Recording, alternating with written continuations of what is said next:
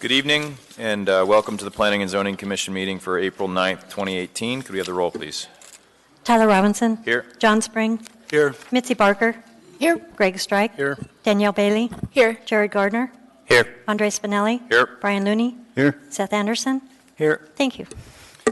Thank you. We have 3 sets of minutes, I believe, February 5th, 12th, and March the 2nd. Can I have a motion to adopt the minutes?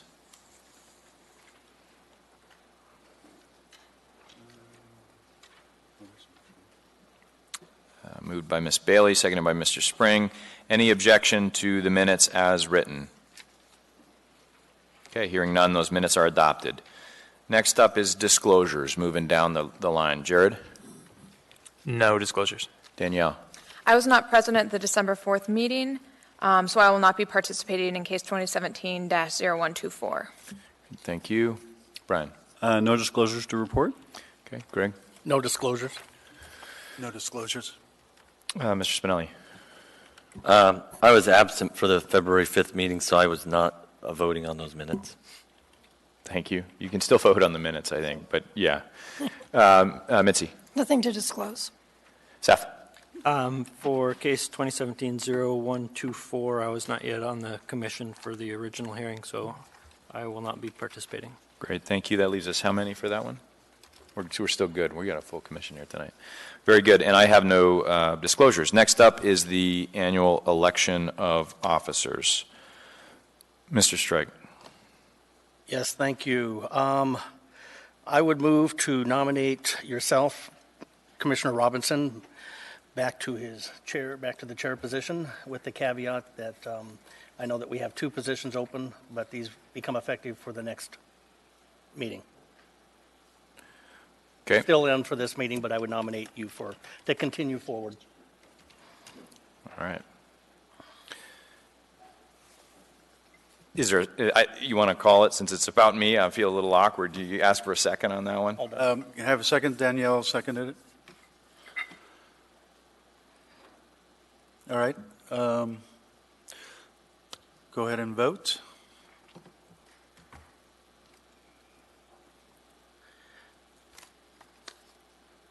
I don't think mine's voting. Oh, you got to use a mouse. Oh, all right, sorry.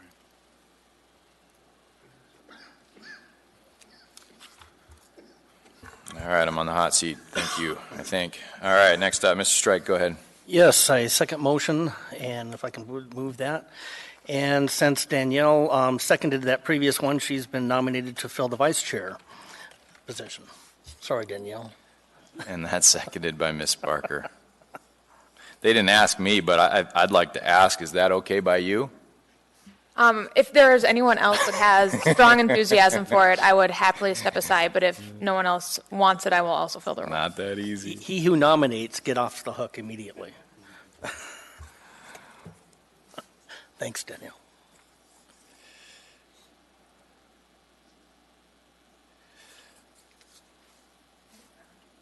Oh, Andre, can you get in there? Great. Before we move on to unfinished business, there are 2 postponements, Mr. Strike. You want to handle those formally? Yes, thank you. In the reorder of today's agenda, I would move that case 2017-0133 be postponed to May 7th. I believe we have to handle these separately. Okay, so moved. Seconded by Ms. Barker. Any objection to that motion? Hearing none, that's postponed. And the second motion is involving case 2018-0032 to postpone that hearing to May 14th. Seconded by Ms. Barker. Any objection to that postponement? Hearing none, that meeting is also postponed.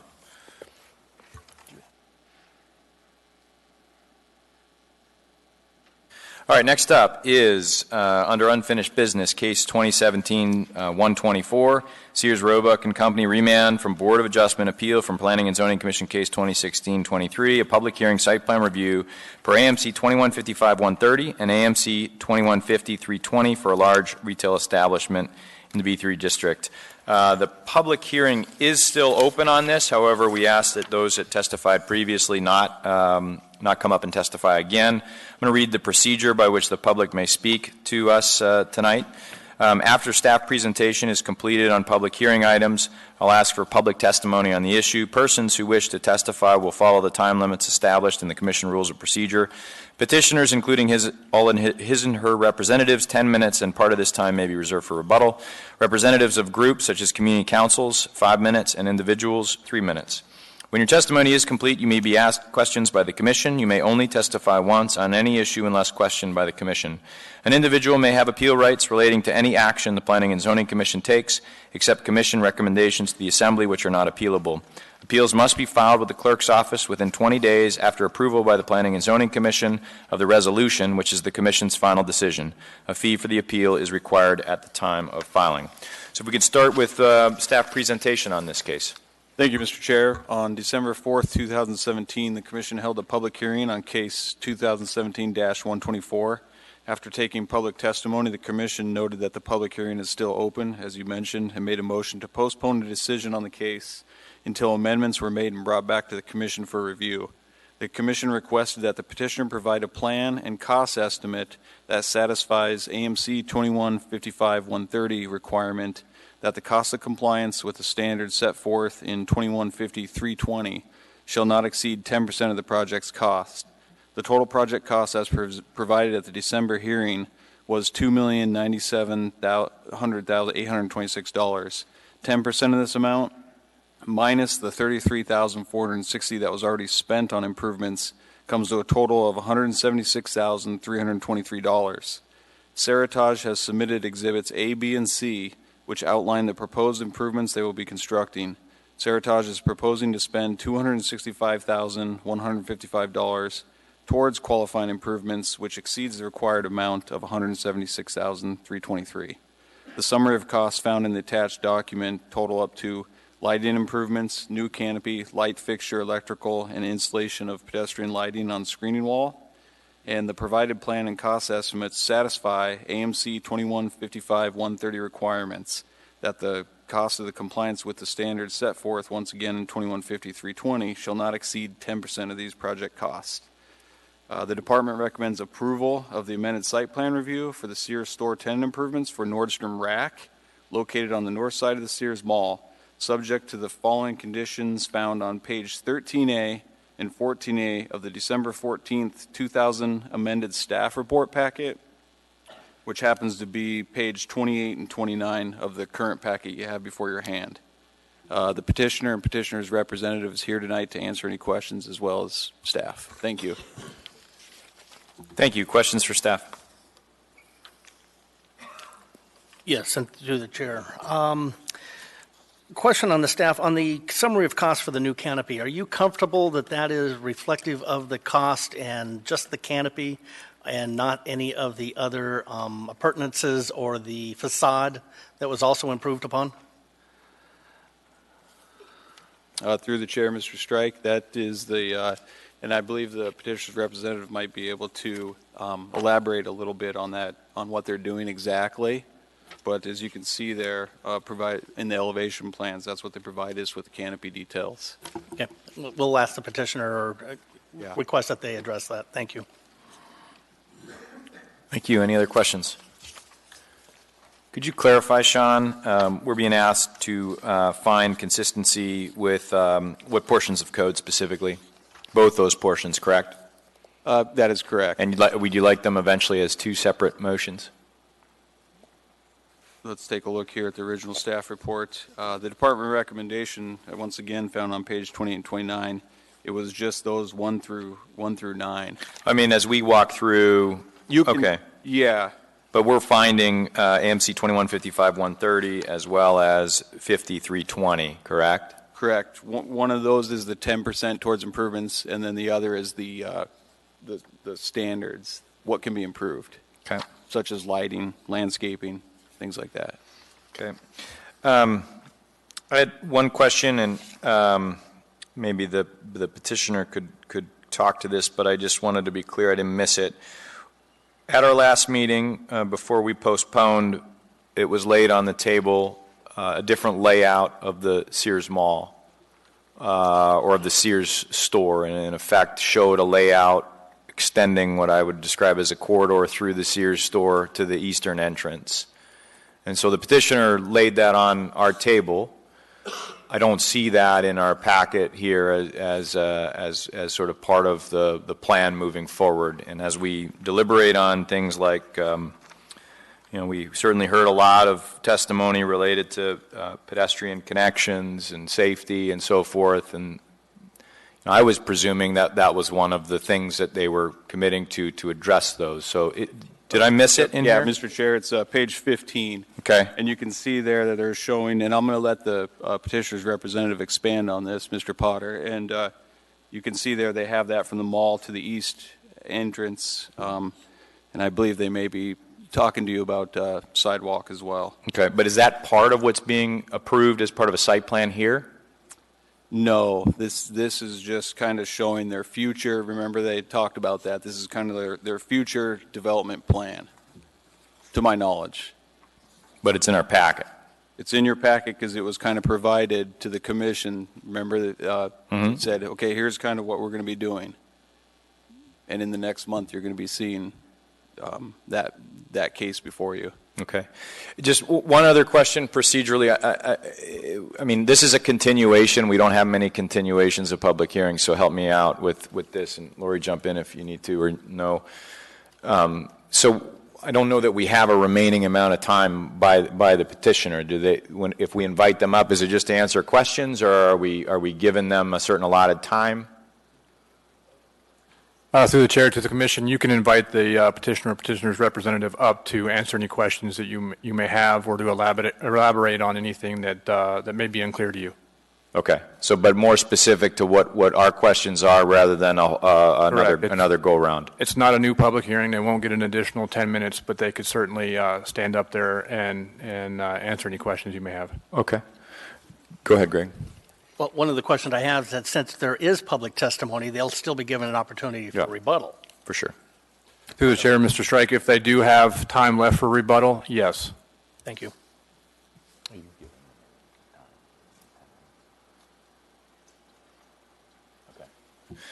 All right. Any other questions for staff? Just making sure. Okay. I sort of posed a question there, Mr. Potter. So what we'll try to do is just kind of keep this more question and answer rather than full presentation, if that's unless you have something really brief you wanted to say. But I don't really want to go through a whole full presentation since you've done that, right? Is there any change since we were here last time? Why don't we start there? Mr. Chairman, for the record, my name is Tim Potter with Dow, representing Seritage, and representatives of Seritage and RIM Architects are in the room if you have any more specific questions that I'm not able to answer. Ask away. I heard Mr. Strike ask about the canopy that we indicated that we would construct. Neisser Construction did a cost estimate. They were the ones that built the same canopy structure in front of on the east side of the mall and on the front fascia of Nordstrom Rack. So it is pricing that mimics exactly what the actual costs were for that construction item, which includes the structural steel, the electrical for the lighting that's embedded in the canopy and all that. So it is a true cost of what is actually been constructed, so it's not even a guess. It is a real number based on what was previously constructed. Yes, and my question actually pertained to the facade that was also rebuilt above the front door, not just the canopy. This number does not include that. Does not include Does the not facade include that. front. Thank you. So we had the canopy, and as you can see in the graphic, especially if it's in color, that there was an old portion of canopy that was there because we were replacing that. We X'd out that number and extracted that. So what you're seeing for our dollar amount for the canopy component is only the portion that is new canopy, not replacing something that was there before. So I guess same question that I was sort of getting at with staff, and you've got the exhibits here that show the access, the direct access from the mall through to the east door, presumably with a remodel of the Sears footprint. What's your understanding? Is that part of this case here? That is not part of this case, and we would not want it to be technically part of an additional submittal package or anything else. What it is, it's a reflection. Mr. James Bree, who is Executive VP of Seritage, has gone on the record twice now in front of you indicating that when the Sears space was redeveloped, the mall would be extended through. We asked for a little bit more time than the 30 days that we had initially asked for because all of a sudden the announcement came out that in fact Sears was closing. That accelerated kind of the design response to try and figure out to get to the first two tenants that they had, Safeway Cars and Guitar Center, how to accelerate that and figure out what we would do. So the drawings that you see here that are colorized and show that mall space being extended are actually drawings that are in the submittal that we've already made that you'll be seeing on May 7th as part of the large retail establishment review for the old Sears area, except for what was previously in the rack and the area on the west face where the new canopy is going. So, Mr. Potter, I can appreciate what you're saying. I'm going to remind you, and you don't have to answer now, you can come up at rebuttal. We've been asked to go through and look at the full standards, right, as though we were reviewing this case for the very first time. Some of those standards include the community spaces criteria in which the narrative is the community spaces are provided internal to the mall at Sears, right? Other standards have to do with pedestrian access, and certainly we heard a lot of testimony on pedestrian access. You've introduced one way, still passing by a loading dock, but around the outdoor of the building. In my opinion, that proposal could really help you meet these criteria. Absent of looking at these criteria, we're going to ignore them. We won't ignore them if they're on the table. I mean, if they're not on the table, we're not going to review it as though that's going to happen. So that's the conundrum that I have. While this sounds good, if it's not part of the packet, I can't even consider that. And so what we're left to consider is that drawing. I'd ask you to take the other two away at that point, right? And we'll review it on its face. It's very interesting, Mr. Chairman, because my recollection of the last hearing was that there was a full discussion, there was no decision made, and we were asked to go back and identify the items that we were doing to meet the 10% max, which we have done in detail and showed you that. There are complications that occur, and certainly we can do a variety of things to meet the open space. And as you can see, we've actually widened an area of the proposed mall area, which is 30 days away from being heard by you, and we've already paid our fee to have a formal review. If you want another additional formal commitment, we can certainly make that tonight. My concern is that there's still an ongoing legal settlement going on. And to wire these and weave them together, we can tell you exactly what we're going to do, but it complicates things from getting resolution on the legal settlement issue if all of a sudden that interior mall issue becomes part of what we originally have processed. No, it's fair. I mean, just bear in mind, you brought it forward. We didn't bring it forward. All I'm saying is I need to be very clear to this body what they're reviewing. And if that's not part of what, then we're going to march through every one of the criteria and make sure that that you comply to the criteria based on the packet, not on that. And I was under the impression that since you showed us that at the last meeting, that you were willing to bring that forward. I just wanted to clarify. If that's not the case, that's fine, right?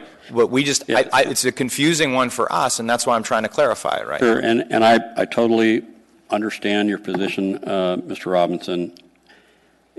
We have not brought it forward to be a component necessarily of this action, but we have formally paid our application fee and submitted those drawings, to which the staff is getting ready to write their report any day now.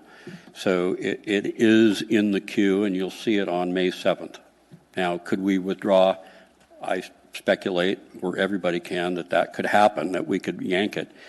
Does Seritage want to have a big empty building sitting there for a long time? No. But, Tim, that's not the point. The point is not what you're going to do or not do. It's just what we're reviewing tonight. What you're reviewing tonight is exactly what we submitted, and that was, in the past, we submitted a plan, and we have a plan for a walkway that goes around the perimeter of the loading dock area. We believe that it meets the criteria for a safe walkway passageway. We've put in additional lighting. We've put most of it up on a raised sidewalk buffered by a curb component, and we believe it's an appropriate answer. And now we've even put in a canopy over much of the area so that most of it is covered. We believe that meets the requirements. We've met the dollar amount and then some. We'd like to go forward on that basis. Very good. Thank you. Any other questions for the petitioner? Yes, sir.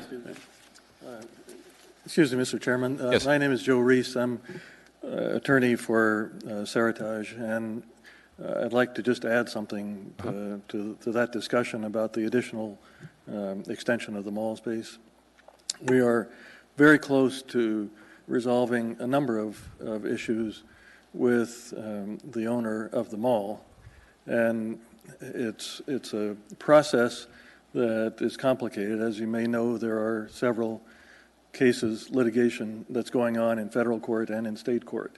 And what we don't want to do is jeopardize the ability to resolve that and to move this entire mall, including the Sears store and the old car store, where there's another petition that will be before you shortly.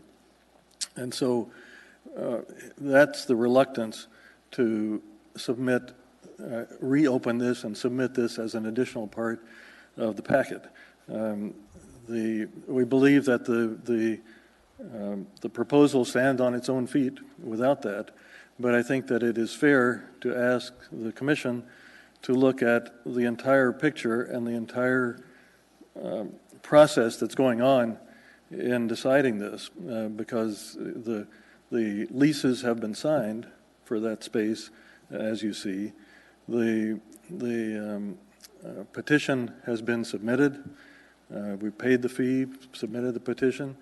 Everything is going forward, and I think it's fair to ask that the Commission include the entire picture when it's making its decision. Well, to do that, sir, I think we'd have to hear the other case first, or have something included in this packet. I mean, otherwise, how do we really? There's nothing formally in front of us.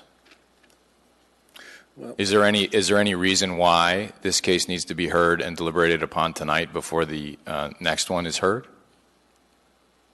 Well, in order to resolve all the litigation and all of what's going on, if this is approved tonight, then that's the step one in resolving the entire litigation and moving this entire project forward. And so I think we would like to have a decision today. You would? Okay. Yeah.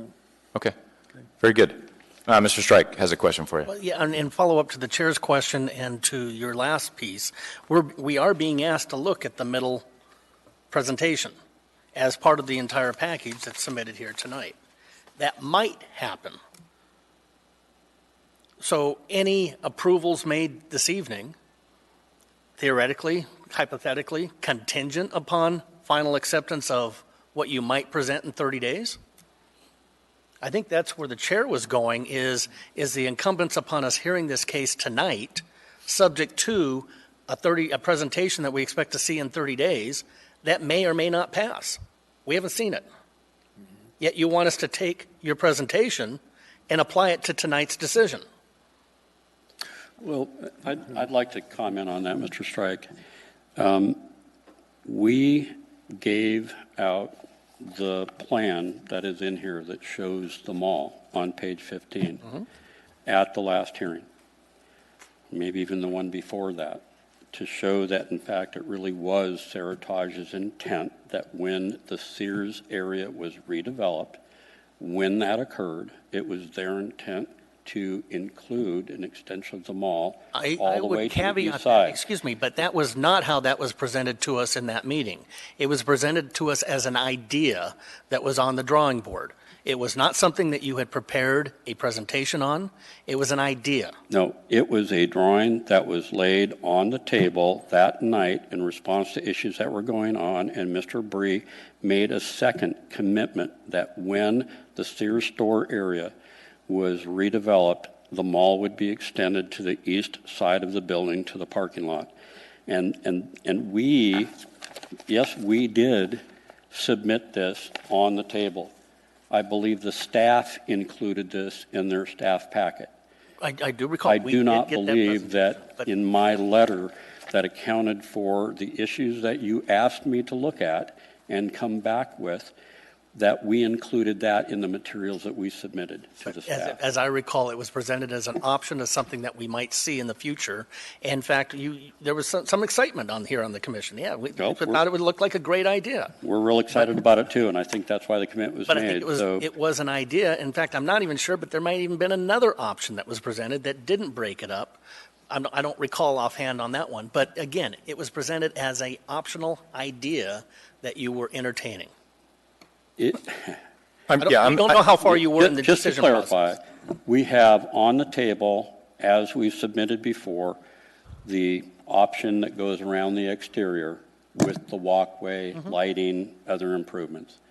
Secondarily, because there was concern about that being enough, Mr. Bree went on the record and said that when the Sears store closed, not knowing when that was going to happen, that when it did, that there would be an extension of the mall to the east side of the building. And I believe that going back and listening to the record would show just exactly that. And we put that drawing out there so everybody could see what, in fact, that verbal commitment would look like. And I can tell you now tonight that that verbal commitment is being lived up to with the official submittal with drawings, and architectural work is going forward so that they can permit this as soon as possible after approval. Now, we'll take these down. I want you to look at things on the basis of their merits, but there has been a commitment made. Effectively, if you wanted to condition this on the basis that any future redevelopment of that building would include a walkway to the east side parking area, I suppose that's something that could be tied to this. We'd rather not. There's settlement discussions going on as late as 4 o'clock today, and progress is moving along very well. And I'd like to get this one done. You'll see the next one. Mr. Prater, we want nothing more than to get this one done as well. Believe me, my arm is tired of, I cluttered my office with the materials from this case for a long time. So but I'm going to go to Mr. Spring, and then I have another question for you. Go ahead, Mr. Spring.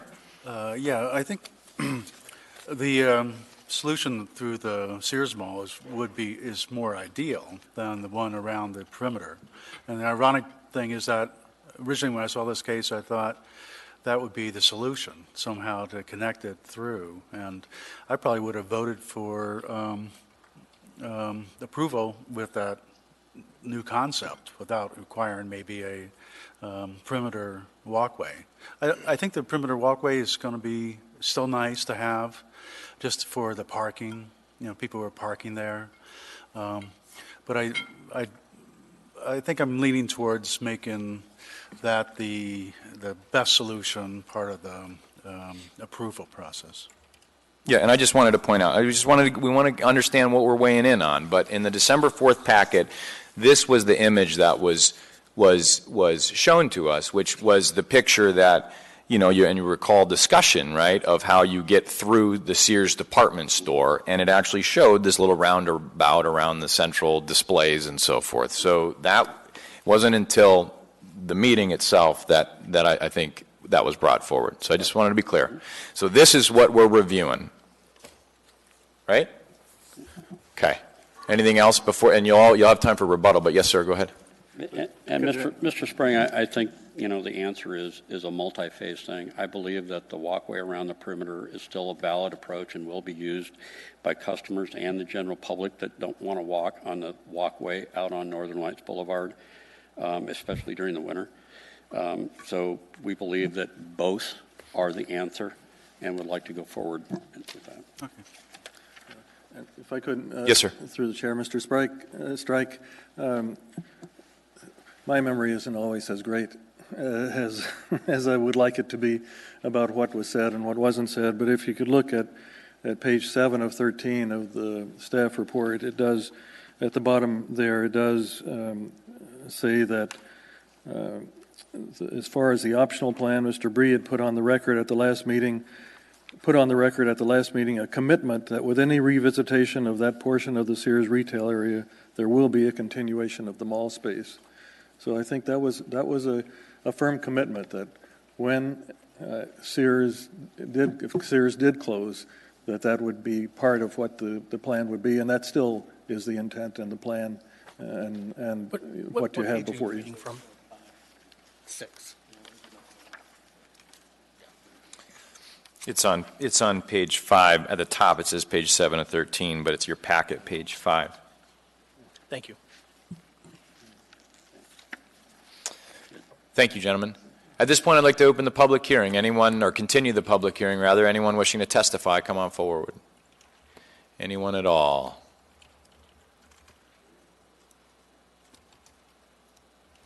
Going once. Going twice. The public hearing is closed. Any rebuttal, gentlemen?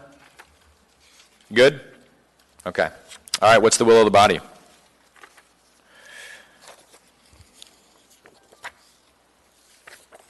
Mr. Spring. Yes, I make a motion to approve the site plan for the Nordstrom Rack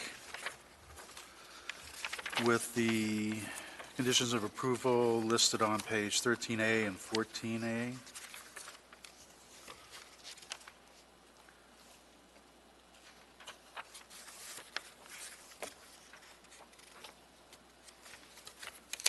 Staff packet.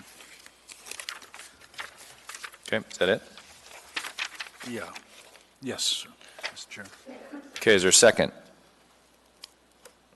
Seconded by Mr. Looney. Would you like to speak to your motion, Mr. Spring?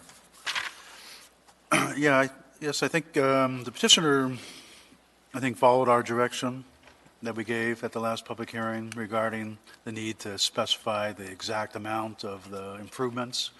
And I appreciate that. That's something that we need to do for all major retail site plan reviews. And I think it is an improvement as far as access to the Nordstrom's Rack from the main part of the mall. As I said before, I might make an amendment to regarding the access through the Sears, the vacant Sears Mall, but I'll make that as a separate amendment.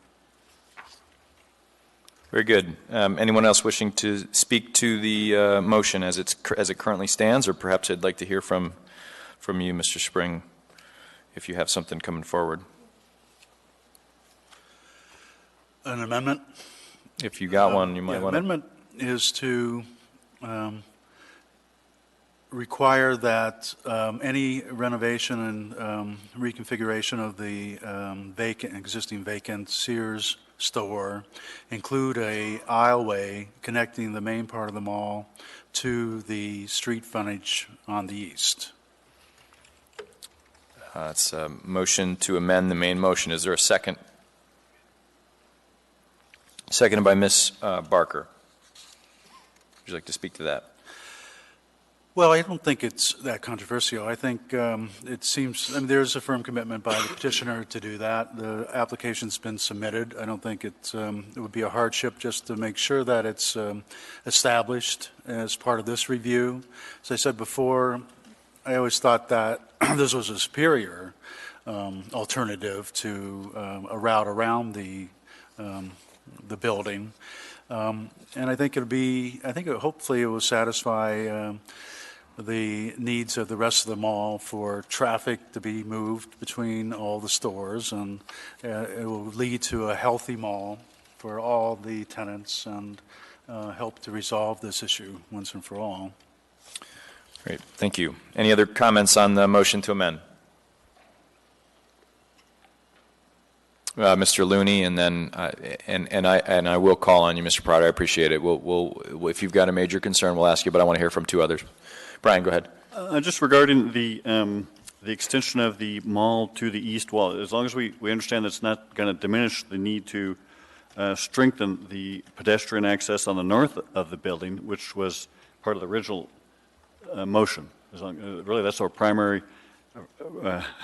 aside from the amendment, primary goal is to make sure that's what we anticipated. And like the original motion mentioned, it looks like it's in conformance with what we're looking for. But in addition to that, we think that the value of the through the mall extension to the east has merit. Thank you, Mr. Looney. Mr. Gardner. Yeah, I believe I would support the amendment or something similar to it. I am conscious and aware of the concerns about pedestrian access, and also conscious of the decision from the board of, I forget the exact name of the body here, the Board of Adjustment Appeal that preceded this application, and this notion of kind of no backsliding. And from the testimony we saw last time, it was apparent to me that there seemed to be a real regression in pedestrian access to and from that portion, from the mall and what is now the Nordstrom Rack. So I think I could get behind a motion that includes some sort of requirement that's clear through the mall to the east side. I'm just wondering if we might want to consider some more specific language. I'm not sure what how precise aisleway is, and if it's exactly clear what that could mean, if that could encompass something that we saw, in the Sears Mall as it already existed, or if that necessarily kind of includes the diagrams that we're looking at here.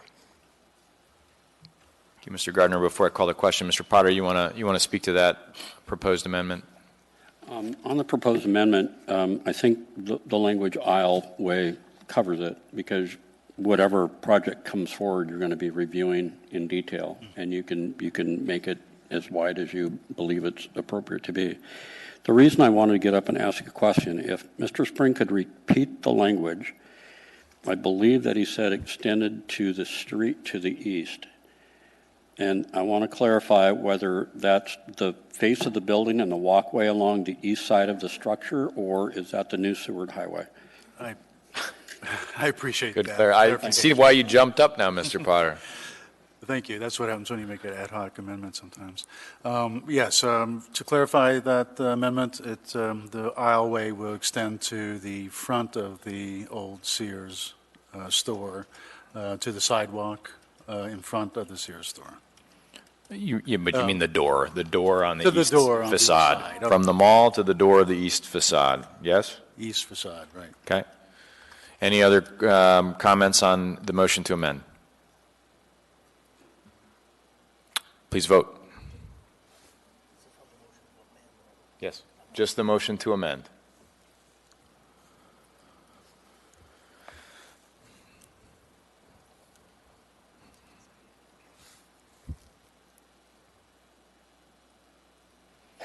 Okay, so the main motion is amended. I'd like to know if there are other commissioners that would like to speak, and I'm specifically also looking for the conditions related to 2150-320, and I think it would behoove us to go through a few of those as well. I don't know if that was your intent, Mr. Strike, but you're in my queue. It is. Thank you, through the chair. And specifically, I'm looking at item number L, labeled L, but more specifically is the concern that we have the fortunate or unfortunate knowledge of what is being looked at for the rest of the mall, of what's before us coming up.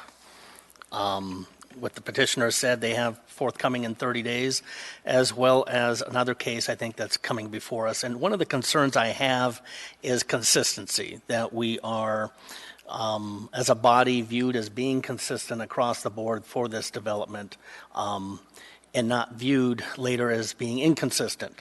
So one of the areas that highlights is the delivery and loading space. We never did put any qualifications or restrictions on the time of deliveries. It had not appeared to be an issue. But from a conversation standpoint, what I wanted to be concerned with is that we look at future cases that we not be viewed as inconsistent with how we view other developments in the same mall area. Or do we want to see a consistent policy or practice of setting the hours to protect pedestrians as they walk through? We've got 3 areas that are currently identified for loading dock areas that are identified in this mall area, yet we're going to have the same pedestrian issues across all 3, just as we're addressing with one of the 3 today. Maybe we should have gone into a committee of the whole, but No, I think, I can just say that, at this point, we either need some sort of amendment to the motion to lay it on the table and discuss it. I can just say from a general standpoint, I'm not prepared to suggest altering someone's, something I know nothing about, which is when deliveries are appropriate or not appropriate in a commercial mall setting. And for my purpose, I think I'm just going on the record now before we approach and review 2 other development plans forward, that this is not, we're not setting a precedent by how we treat one area of the mall versus the other areas of the mall. And when I say mall, I say that loosely from the standpoint we have the Sears store and then we have the mall at Sears. So we do have 2 different legal and separate, distinct legal descriptions here. Mr. Whitfield's jumped in. Go ahead, Dave. Through the chair, Mr. Strike, I think it's important to point out the different codes that are applicable in this case versus future cases. This case, Nordstrom Rack, was reviewed under the old Title 21, which has different standards than does the new Title 21, which the upcoming case tonight you will hear, as well as next month's case. So I'm just pointing that out. I understand where you're coming from. I just figured the commission needed that information. Thank you. Thank you. Mr. Spring. Yeah, I'd just like to elaborate on the standards for public hearing site plan review, large retail establishments, just to be clear. I believe it meets all the standards, the newest submittal. Vehicular access, I don't think there was a controversy regarding that. Vehicular access to the mall is from Northern Lights, Benson Boulevard, and Seward Highway. It clearly meets that standard. Traffic impacts, there was no TIA required for this. There's plenty of capacity on the adjoining streets, and this isn't going to significantly increase the traffic to cause any need for traffic improvements. Drainage, site plan drainage and grading plan should be submitted. And for all developments, the petitioner is required to submit a site grading and drainage plan as part of the building permit. I believe they've probably already done that. I see no evidence that that's controversial, that there's been any objection to that. Visual and noise buffers. Large retail establishments shall provide a landscape plan that provides acceptable visual and noise buffers. I think the landscape plan is far superior. I mean, it really looks nice. It makes a big improvement, I think, as far with the pedestrian environment and also just driving down Northern Lights. It looks much, much better. Wish it could be applied other parts eventually, and it will, I think, in the other site plans that we review tonight. Outdoor storage and display areas. There's no plan for any outdoor storage and display area as part of this that I've seen anywhere on any site plan. The trash collection and recycling, they have enclosed the proposed trash receptacle on the north side of the building, so they meet that requirement. Snow storage or removal, snow storage plan. It looks like, excuse me a second. There's already a snow storage and removal plan for the site, and I don't think there's any real problem. They have sufficient snow storage on the site and meet the requirement. Oh, wait a second, I got off base there. Okay, sorry. Trash collection, snow storage, parking. According to the staff report, they meet the requirements for all their parking for the Nordstrom Rack as well as the mall. Pedestrian access, this particular site plan makes much better pedestrian access, especially from Northern Lights Boulevard, and also obviously around the building, from the parking lot to the doors of the mall. The community spaces are provided internally to the mall. I mean, that is the idea of a mall, is to provide indoor space for people to congregate and visit and just hang out. So I think by definition, a mall does provide community space.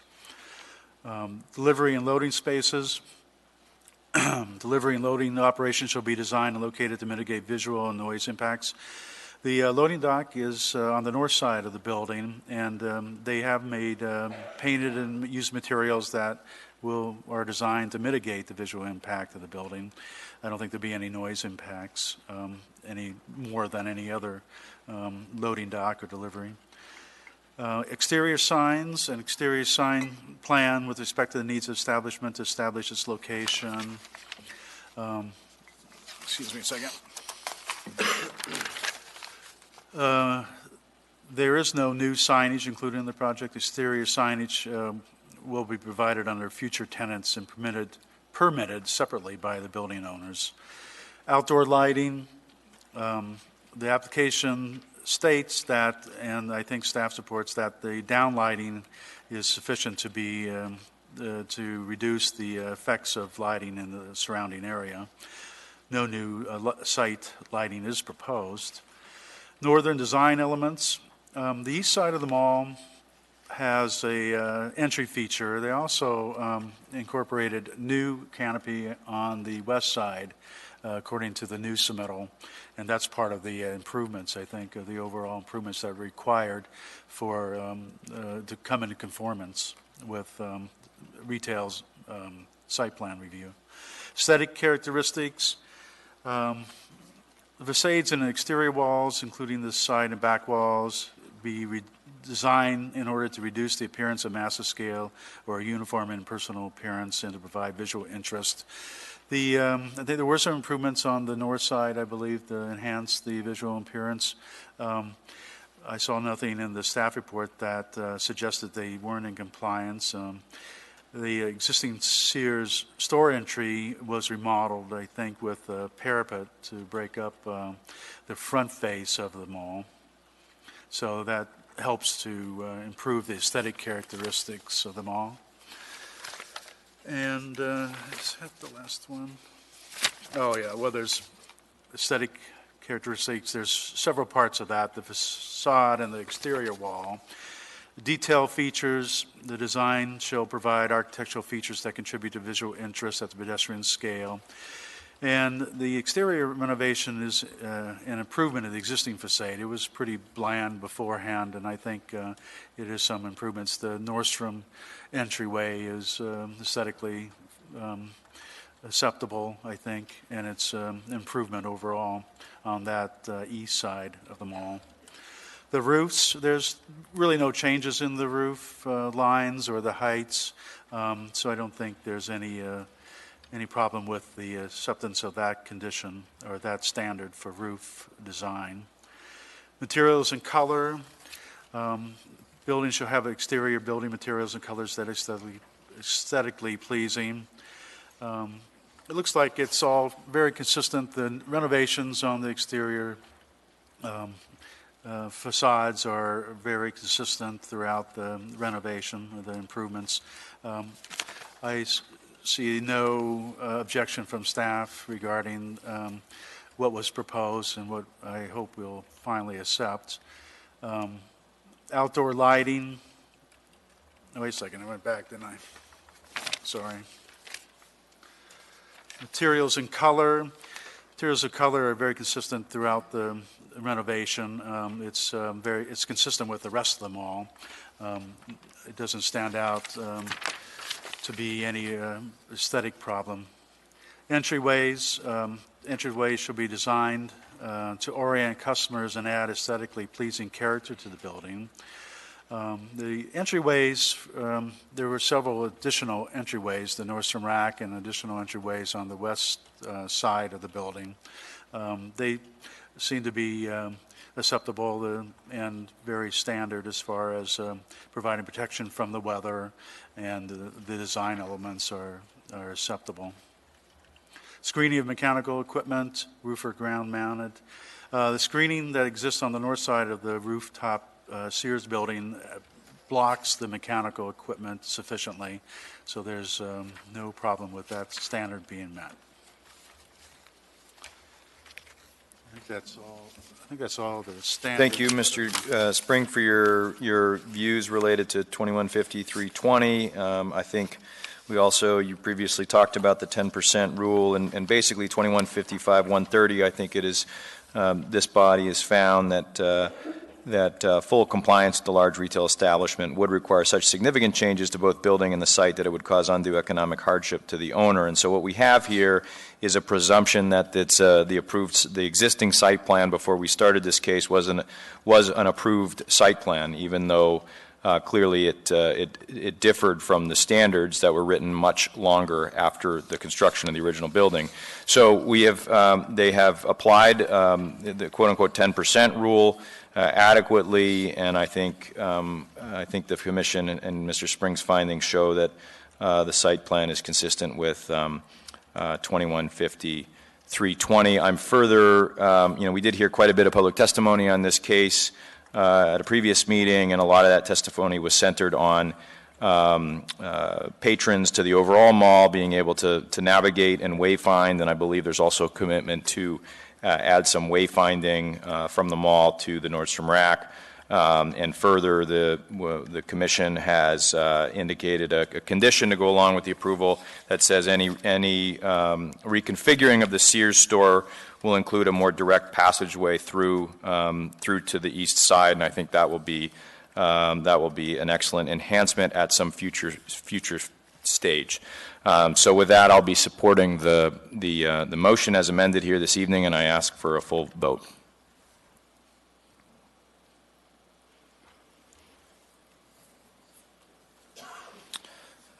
This case, was that the past one?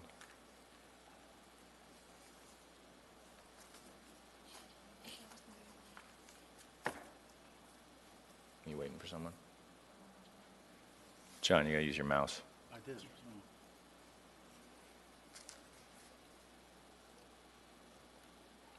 This case is approved. Thank you. We look forward to seeing you all back here again shortly.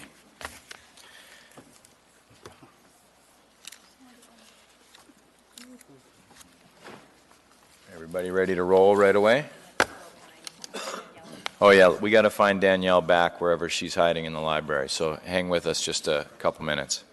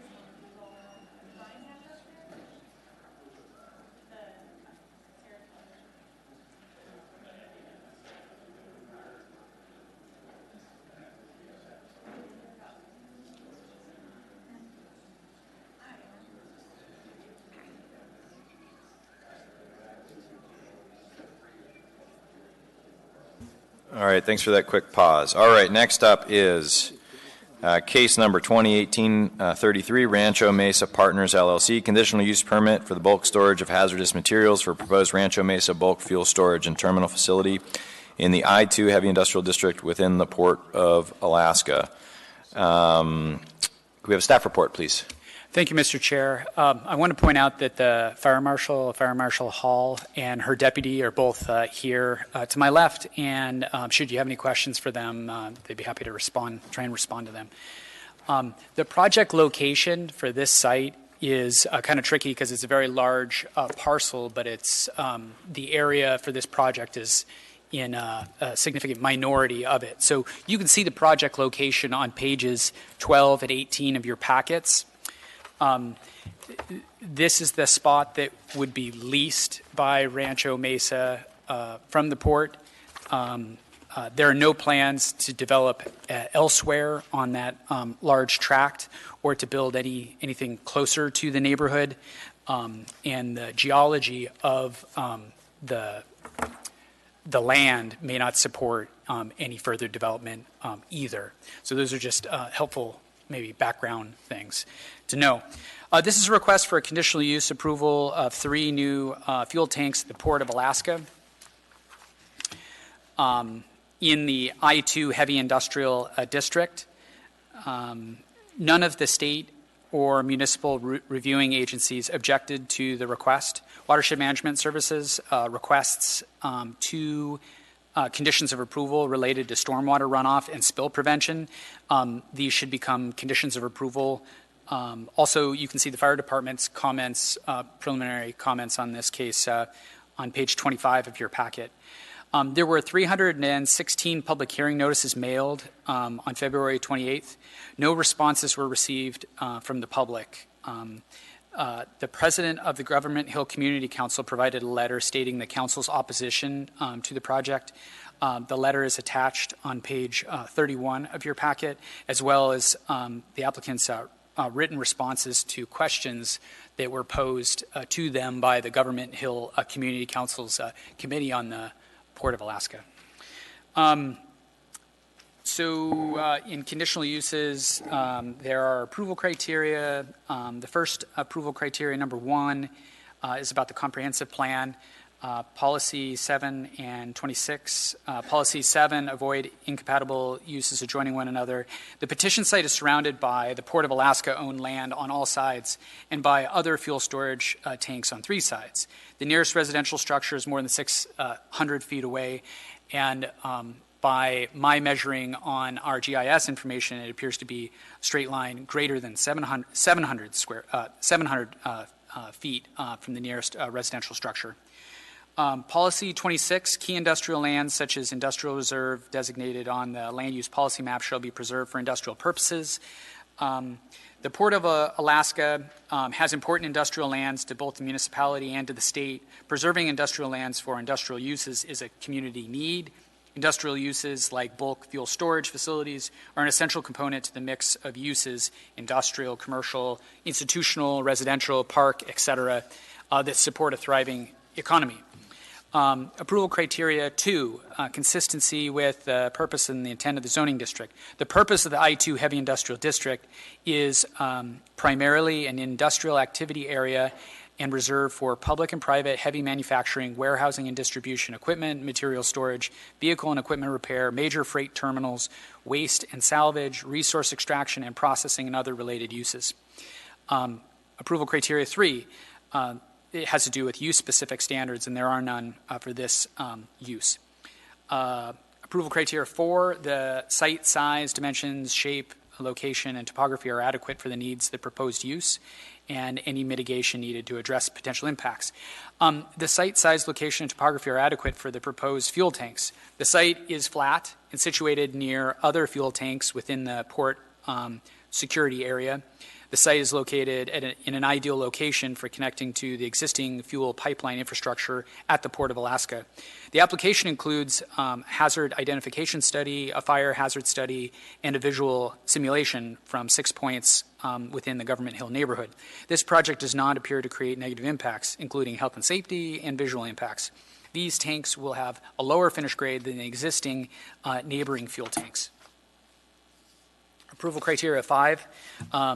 The proposed use will not alter the character of the surrounding area in a manner that substantially limits, impairs, or prevents the use of surrounding properties and permitted uses in the underlying zoning district.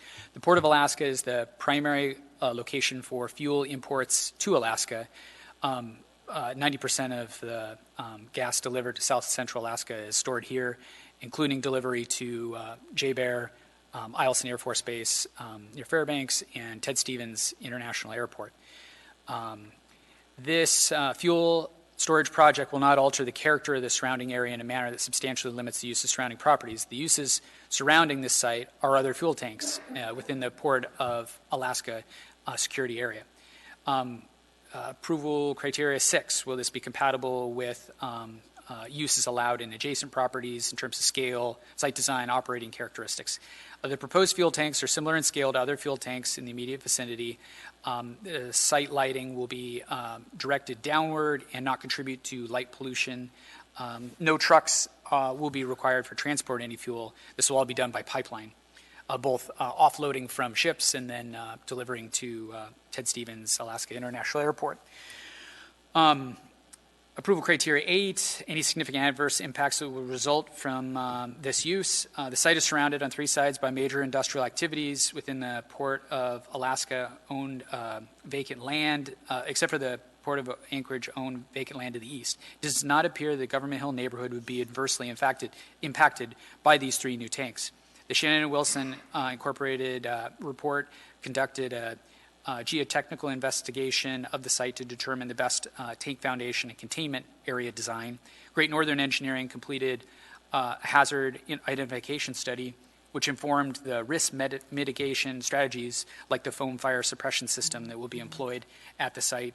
Kaufman Engineers provided a fire hazard calculation which found that the Government Hill neighborhood is outside of the 300-foot injury exposure area. Dow conducted the visual simulation from 6 points within the neighborhood and showed that the tanks would not disrupt view sheds. And approval criteria 8, is this appropriately located with respect to transportation systems? The existing roads are adequate for this site. Approval criteria 9, is this proposed use appropriately located with respect to existing or planned water supply, fuel, fire, and police protection? The site is within the Port of Alaska security area, and a building permit will be required prior to any development of the property. So the Planning Department finds that all 9 approval criteria are met, and we're recommending approval of this conditional use subject to conditions of approval 1 through 3 on page 5 of your packet. The conclusions of the soils investigation and geology are found on page 13 of your packet. Let's see, no, I think that's 13 of the report because you guys don't get all of your pages numbered. Anyway, so I hope that's helpful. Page 28 of the risk hazard mitigation report has a discussion about risk mitigation. And then pages 3 and 4 of the fire hazard report has the fire report's conclusions. That's all I have prepared to say, and I'd be happy to answer any questions. Thank you. Thank you. Go ahead, Mr. Spring. Yeah, one of the conditions of approval is spill prevention control and countermeasure plan and facility response plan. It seems like that should have been done as part of the application. They were so thorough in all the other parts of it, like the earthquake and the explosion issues. And it seems like the spill prevention and control is part of that safety concern that the neighborhood has. And it would be nice to have that so we could be assured and the community council can be assured that there is a safety plan in effect here. Spill prevention, I mean, that could lead to, I suppose, explosions and fires and hazard, right? Through the chair, thank you, Mr. Spring. I don't have a, if I could speak plainly, I'm not sure that either of these conditions of approval add anything that isn't already taken care of with the property or with this project. I think with the SWIP, I think that the port already has this multi-sector general permit, and that with the other fuel tanks that are already in existence, this feeds into that. There was a bit of a internal disagreement between the person that made these comments for Watershed Management Services and the Port of Alaska, and so they're just going to go back and take a look at where the pipes aim and where they're where all the oil separators exist. In terms of the spill prevention control plan, this is just a zoning review, what we're doing here. I mean, this is simply rezoning, and these are the sort of things that are completed when someone applies for a building permit. So I would, politely, offer that while one could say, provide everything about a project up front, this is really the first step before they're even able to sign a lease and proceed. Many of these sort of safety issues are handled at the building permit stage, but not at this conditional use zoning stage where we're just asking, or they're asking, whether or not they should be allowed to proceed with any project at all for this use type. So this is really a zoning review. I guess that's something I would offer for discussion.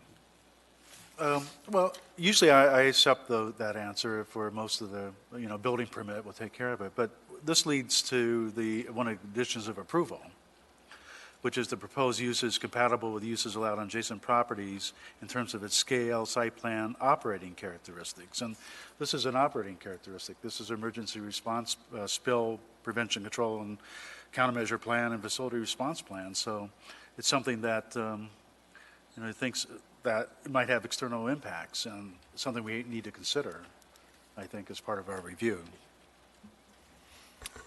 Thank you, Mr. Spring. Are there any other questions for staff before we go to public hearing?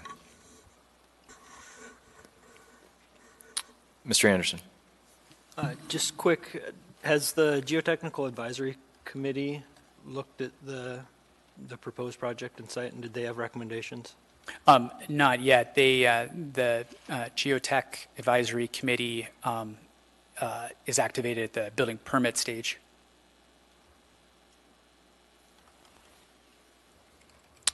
Okay, seeing no one else in the queue, thank you for now, Mr. McLaughlin. I'd like to invite the petitioner up as we start the public hearing.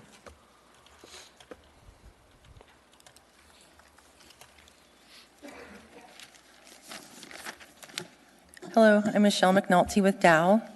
With me this evening is Dave Corby, the project engineer from Great Northern Engineering, and Daniel Tao from Rancho Mesa Partners. I'm going to save 7 minutes for rebuttal. Okay. So the 3 tanks that we'll be adding to the Port of Alaska, it's on it's a 3-acre portion of a 49-acre site. I think that staff did a really good job at explaining some of the background on the plan, so I just want to underscore a few points. One of the major concerns that we've heard is about the possibility of fire and explosion, and we just want to underscore that probability is approaching 0, but nothing is certain. So, and we understand that that's a concern of the neighborhood, so we did do the extensive analysis to look at those potential risks. As noted in the fire hazard study, the fire resulted in no hazard beyond 300 feet. The closest resident is, we say 600 feet, staff says 7, so we'll split the difference and say 650. The explosion resulted in no serious injury or damage or injury within 600 feet. However, using a very conservative model, it did show that there could be some light injury from breakage of windows within 1,000 feet. I do want to just preface that was, again, using a very conservative model that doesn't take into account the topography, trees, and other things that would actually disrupt the shattering or an explosion. And I also want to say that when we say explosion, most people think of something very instantaneous. With jet fuel, it's really hard to set on fire, and it's even harder to make explode. So if there was a very unlikely event, there would likely be enough time to evacuate the area before a fire went into explosion and we had windows breaking. I don't want to diminish the fact that that people are going to live in an area where that's a possibility, even though a very low risk possibility, but just want to put that into perspective. We also understand that the community's concern is that the 1,000-foot buffer was eliminated from their neighborhood in lieu of a conditional use permit. I think that the conditional use permit actually offers more protection. If you're within the 1,000-foot, if you're outside the 1,000-foot buffer, it's actually a by right use. We're actually, the onus is on the applicant with a CUP to actually demonstrate that it's an appropriate development and that it's mitigated the risk. We did meet with the Government Hill Community Council 4 times. We had a smaller technical advisory committee that we met with twice and then did 2 larger presentations to the larger community council. We do appreciate all the feedback and time and willingness of that small group and the larger group to work with the design team. We did read the Government Hill Community Council's, it was their operating board's letter opposing the project. We understand they made this decision based on their belief that the project does not meet the minimum standards 5, 6, and 9, as outlined in the letter sent to Mr. McLaughlin on April 5th. We do believe that those standards are met, as well as all the additional standards. Just to elaborate a little bit more on Mr. Spring on your question, one, the spill prevention plan, as well as the MS4, will be wrapped up into the ports plan. As Mr. McLaughlin stated, this is kind of, the CUP is the first step in various approvals. The regional EPA will actually approve the spill prevention plan. And that plan is based on a lot of different operating specific functions, such as who's delivering the fuel. So it's a little premature to do that plan now. And it's also based on final as-built conditions. To Mr. Anderson's question about the Geotech Committee, we actually had thought about going prior to this board, but they had about 30 more seconds. The Geotech Committee had a few mishaps where people weren't active on the board, so there was, I think, a break in their ability to meet, so it didn't work with the timing of this, but as Mr. McLaughlin stated, that'll be part of the building permit. So I'd like to save the rest of my time for rebuttal. Thanks. That'll be 6.5 minutes. A couple people in the queue. Mr. Strike. Yes, thank you, through the chair. Depending on the page or picture that we're looking at, it appears there's anywhere from 17 to 22 other existing tanks in closer proximity to the neighborhood. That's correct. Now, the largest one is the Crowley Tank Farm. What does it store? Jet fuel. The same jet The A? same jet A. Same fuel? Yes, same. Okay, thank you. All of the, just to clarify, all of the surrounding tanks all have the same jet A fuel in them. Thank you. Mr. Gardner. I just want to say thanks for the information that's included here and also for this April 5th letter that you mentioned. I was just wondering if that letter had been shared with the Government Hill Community Council, if they've seen that information or not. I don't know if they have seen that. We did not, I did not include them in the response. Okay, thank you. Mr. Spring. Yeah, in the past, there was a big issue about benzene in the area from the tank farms, and I think it's been cleaned up for the most part. I think they did some renovations, but do you have any information, maybe the consultants have information about the benzene risk, added benzene risk to these tanks? I know that there's representatives from the Port of Alaska here, and I would defer to them to answer that question. Okay. Thank you, Mr. Spring. Any other questions? I think Sharon Walsh is actually coming up. Sure. Hello. For the record, my name is Sharon Walsh, S-H-A-R-E-N, W-A-L-S-H. I'm the Deputy Director at the Port of Alaska. In regards to Track J, where this is located, that was the port ended up with ownership of Track J during a land swap with J-Bear, and part of that land swap required us to take all the contamination that came with it, the site of some former fuel tanks. And part of that is an annual monitoring program, groundwater monitoring, reports with DEC. We have an ongoing and extensive relationship with DEC. And each year we do a testing program and submit those results.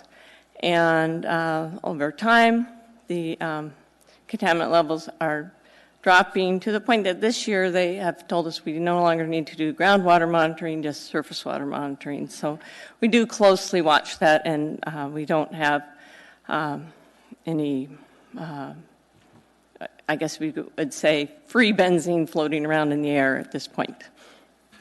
So just follow up, so you meet the DEC standards for benzene? I mean, there's currently?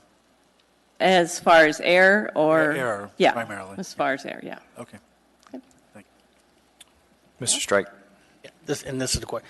You said you've gotten the levels down low enough that you're no longer required or will no longer be required to continue testing?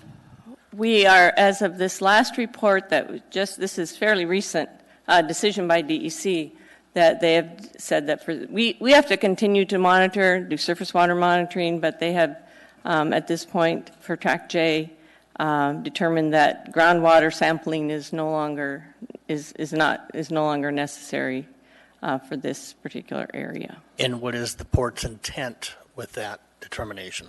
Well, we continue to work with DEC, and we have R&M Consultants is on a term contract with us, and they're our environmental managers, if you want to call it that. They're continually, we have an ongoing task with them to meet whatever requirements DEC is making and continue to file an annual report and continue to have dialogue with DEC. So let me paraphrase what I think I heard you say when I asked what is your intent with the DEC, that you no longer then intend to do monitoring because the DEC doesn't require it? No, we no longer will be. We are following the plan that DEC has required us to do, and as of this year, they have said that they will not be requiring groundwater samples. We do.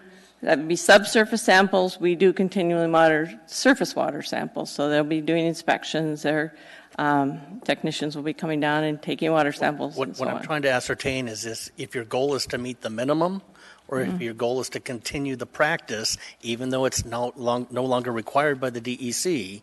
So I'm just trying to determine how you're. Are you aiming to be? Are you minimizing, aiming to be minimal, or are you aiming to be more than compliant? We are continuing to do what DEC has asked us to do, and if groundwater monitoring is no longer required, we do not have plans in this year's task to do those samples and tests. We do have a continued requirement to do the surface water sampling. Thank you. Mr. Looney? Your mic. Sorry. You've talked about groundwater and sampling. How about air quality monitoring? Is that part of the sampling that you're doing? No, that's not something that we. I guess I was under the impression that the Government Hill group was noting that benzene in the air, but I could be wrong there. Don't know if anyone. My understanding is that in the past that was a concern, but with cleanup efforts and the continuing work that's been going on, that has diminished and it's no longer an issue. Okay, so it was a problem at a time, but it's no longer an issue right now. Correct. Okay. Ms. Bailey? Along those same lines, if there were to be any indicating from the surface water testing that benzene levels have increased, would you then be required to continue to test groundwater, or is that something that you don't know? Yeah, that's something that it would be up to the DEC to decide. If they see a spike, they would, I'm sure, be talking to us about what we were going to do about it.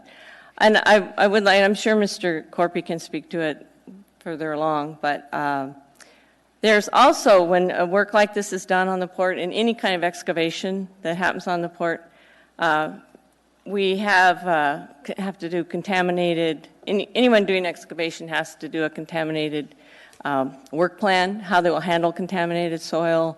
That requires monitoring the soil as it's coming out of the excavation. What do you have? What levels are such that it can be reintroduced in as backfill, and what levels are, as they're excavating, they're taking samples, and if a sample comes up too contaminated, then that has to be removed or has to be removed or treated. And generally, that's that type of soil is taken to like Alaska Soil Recycling or somewhere for disposal. Thank you. And again, a follow-up question. What specifically was on this particular plat, this lot, this section previously? You mean what? What specifically was on this location right Oh, now? you mean what, facilities? Was there a facility or another tank farm, tanks? What was there before? My understanding is, and from just that further up the hill, there's like a plateau area, and then at the top of the hill there were defense fuel. It was a defense fuels facility that it would belong to J-Bear, and those tanks were removed. I want to say in the late '80s, early '90s. Let me rephrase my question. What was specifically on this location, as the petitioner is proposing? Right. What was on this site? I couldn't answer that without doing some specific research. I know there are tanks up the hill, there were tanks on the next plateau on this specific site. We don't know if it has a history of a prior site. We don't know if it's a previous site that's been cleaned. We don't know if it had prior remediation done on this site or not. Sounds like we may have an answer. Mr. Strike, I just wanted to. Oh, I'm Dave Corpy with Great Northern Engineering, for the record. The historical documents from the cleanup process, the research I've done on the site, there was a truck loading rack on the site as well as some above-ground storage tanks, smaller volume above-ground storage tanks, but mostly it was truck loading. Thank you. Could one of you walk me through the land use designation of potential open space alternative?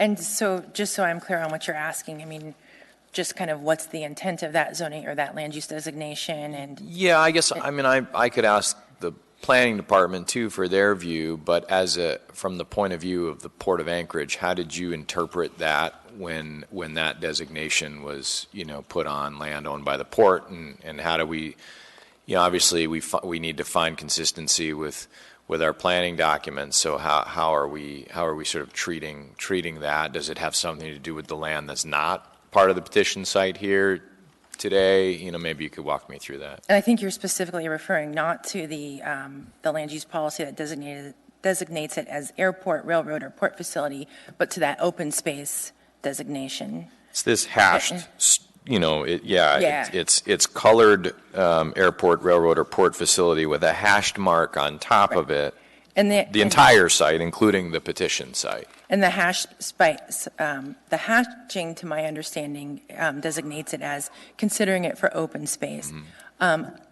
Staff would have to speak to the theory about the real reason why, but our impression of that and interpretation was that there are wetlands and other topographical features, including seismic zones of 5, and that it was probably meant as a site for consideration. I mean, this is pretty much this 3-acre portion is probably the last 3-acre portion of the larger tract that can be developed because of a lot of the contamination, wetlands, topography, and I think there was one of the seismic, and so I think that possibly that's why, is that they wanted it to be looked at and not developed in its entirety, but preserving some of those environmental sensitivities. I guess that's where I was going with this. Really, ultimately, is we have this smaller site that really, if you look at the tract, is kind of this appendage that extends out from it, right? And then there's the I guess that. I'm all messed up with my directions in Government Hill, but I guess that's to the east. Is that right? So, but the remainder of this particular tract. So, I mean, Sharon, if you had to say one way, I mean, what's the port's intent with that land? Thank you, Mr. Chair. First of all, on the upper part of the Tract J, there is a deed restriction that there can be nothing that would restrict views for the upper part. So that very much limits whatever could be put on the top part of the bluff, and that's a deed restriction. So those are pretty straightforward. On the call it the bench, that's one of the sites of where the former defense fuel tanks were. And that's where you can see on the Right. aerial imagery, like a little road or something. Okay. And at this point, we have no intent to, we have no intent or plan for additional structures or facilities on those sites. It does have a lot of challenges, seismic zone, the contamination that would have to be done. Well, for example, there was about 5-6 years ago, there's an idea that the new port administration building could be put on that site in a very elegant tiered format where the admin offices would be on the top and people could enter that without going through security, and then the lower part of the building, would be maintenance or whatever. And that was determined just not to be feasible, partly because of the contamination and once you put in a building like that, there was extra concerns and extra problems with concerns about vapor that might intrude into the basement, or it was just determined that was just a non-starter, and it's just not appropriate for that kind of structure. And at this point, we really have no intent or belief that it's feasible to economically develop those upper portions. But you're not, I mean, I guess I'm just trying to reconcile something in the plan since we have you and we're talking about this lot right now. And I mean, so it's challenging to develop. You're not willing to say that you're not going to develop it. I always look at open space as in one of two ways, either that it's active open space or that it's space that serves as a buffer from something else between two land uses. So it's not, I would imagine, in a port setting really intended to be utilized by people other than utilized potentially for the absence of additional build. But you're not saying nothing, never, just no plans currently and their challenges to develop. That's a fair assessment. Okay. Yeah. Okay, great. Any other questions for the petitioner before we go to members of the public? Okay, you have 6.5 minutes for rebuttal. Thanks. Anyone wishing to testify, please come down. Remind you, please state your name, first and last name, clearly for the record. If you think we need help with the spelling, that would be generous of you. And I guess what I would also say is you get your minutes, and when that little center light goes off yellow, you have a minute remaining. Hi, I'm Arnie Cohen. I'm the president of the Government Hill Community Council. Thank you for the opportunity to address you, and thank you to Michelle for being so forthright and open and coming to talk to the Community Council several times. I only became the president in January, so I'm not part of some of the earlier meetings. And thanks to Mr. McLaughlin for his work, too. So we have had some really good meetings with them, with Rancho Mesa and Michelle McNulty from Dowell, and they have been very open and tried to deal with the concerns of the community. But in the end, we were left with 3 concerns, and I've outlined them in a letter, and I'm going to just briefly go over them again, and then if you have questions, I'm happy to try to answer them. So one of the things that you say in your own words is that you need to meet all of the approval criteria, and so that's where I'm going with this. We do still think that that even in addressing the concerns of, say, explosion, that as Michelle said tonight, there's never the possibility that it's not going to happen. And I do understand that jet fuel A is not nearly as explosive as gasoline. I do understand that there are other tanks in the area that can contain that. But I also know that every other neighborhood, I'm not going to ask you to review this, but every other neighborhood is protected by a 1,000-foot buffer. And there clearly was some reason for that. You would know the reason, not me. But in Government Hill, because the port is next to us, we don't have that. So you are, in fact, our buffer for things that might go wrong. And yes, you can say it's very minimal that windows might be blown out and blown into houses, and there might be some possibility of people being injured. But I've lived in tornado zones for 20-some years, and I know that the first thing they tell you is get away from the windows. More people are killed by the glass than anything else in something like that. So it's not just the windows breaking. People are in danger when they're in homes where the windows are getting blown in. So that's still one concern that I have, and I believe that the members of the Government Hill community have as well. In addition to that, the studies that they did about should there be any smoke arising from the potential explosion. We're not saying it's going to happen, but if it does happen, those studies show that the smoke would rise above the homes on the hillside based on the way the wind speeds, the wind and the topography of the land. It would carry the smoke above the neighborhood. But we all know that we're dealing with nature, and nature isn't always consistent.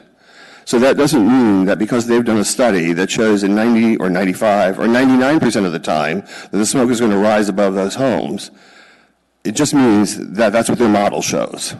But the reality is the winds can shift, the winds can change, and the winds could really do a whole lot of damage. And as far as people having protection from that in the neighborhood, and say in the form of homeowners insurance, my prediction is that homeowners insurance will rise because of this, and I'm not even sure you can protect your home from falling soot. So that's the second one. The third one I think is the easiest one for us to deal with, and that is to be sure that there's appropriate fire protection for both their project and the neighborhood. We recently had a situation where we had lost all water pressure on Government Hill. That was only about a couple months ago. And we were assured that there are backup and fail-safe systems, but who knows? They didn't show up that day. And if something untoward happens in the port, then they need, especially if there was an explosion, they would need lots and lots of water pressure. And I think that still remains an issue. And I know that the fire marshal will have to sign off on this with a building permit, but we would like some assurances at this point that the community would remain safe in case some possible explosion or fire took place in the port. And finally, the idea that there are other tanks there means that this is okay to add on. It's just piling on, folks. Adding 3 more tanks and hundreds of thousands of gallons more of jet fuel A doesn't make the neighborhood any safer. Thank you for your time. Thank you. I got at least one question for you, Ms. Bailey. First, I want to just thank you. Your letter did a really good job of outlining a lot of the issues. I had one question regarding, I didn't see a vote. Was there a resolution passed by the council, or was the letter approved by the rest of the council at a different time? No, we actually did it as an executive committee of the board because we didn't have enough time between our meeting in September. We don't meet again until, in March. We don't meet again until April 19th, I believe. So there was from their last presentation until today, there was no meeting of the Government Hill Community Council. That makes sense. And then my next question, I think, would go more towards staff. Now that we have representatives from the fire department here, would it be appropriate this time to ask them questions to address his third concern? Yes. As far as fire response, is that something that you can respond to at all, or is that something that would have to wait for the building review? So typically, we will address the fire response, the water requirement, the fire suppression requirements such as foam at the building permit review stage. Once we have a plan of where the tanks are going to go, the size of the diking, at that point we can determine the amount of foam and water that they need.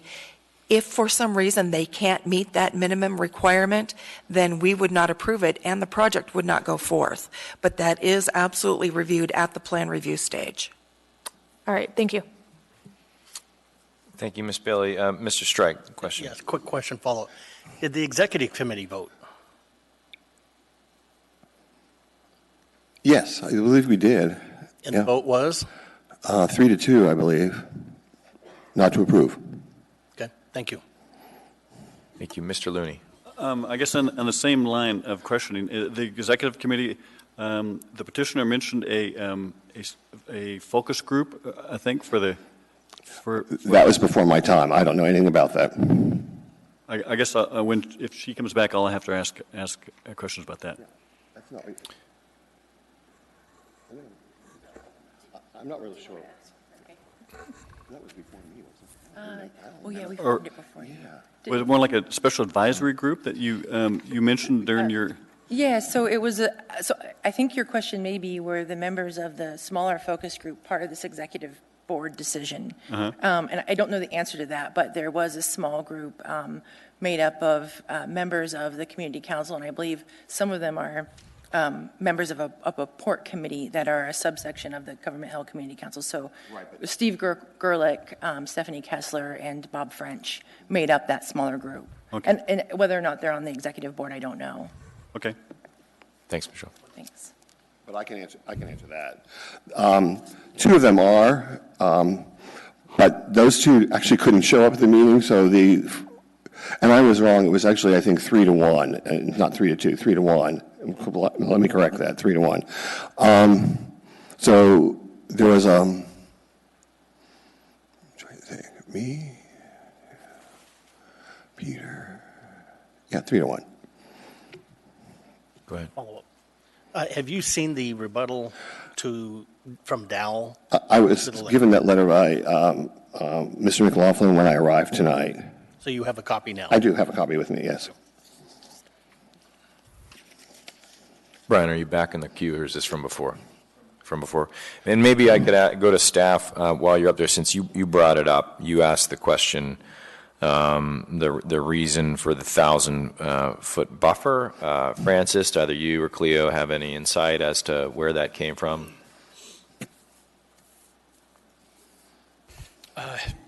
Not really. The 1,000-foot required separation distance is applied to a few different uses. If I were to look through the table of allowed uses, I think there's one like a wrecker, like vehicle crushing in that's required to be 1,000 feet from a residential zoning district.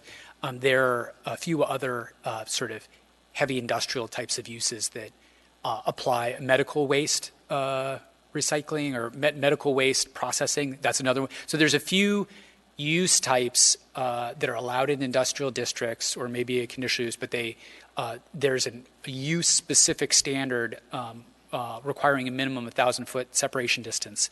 So one explanation for the 1,000-foot separation distance requirement may be that it just was applied to certain districts. I don't, when we were looking at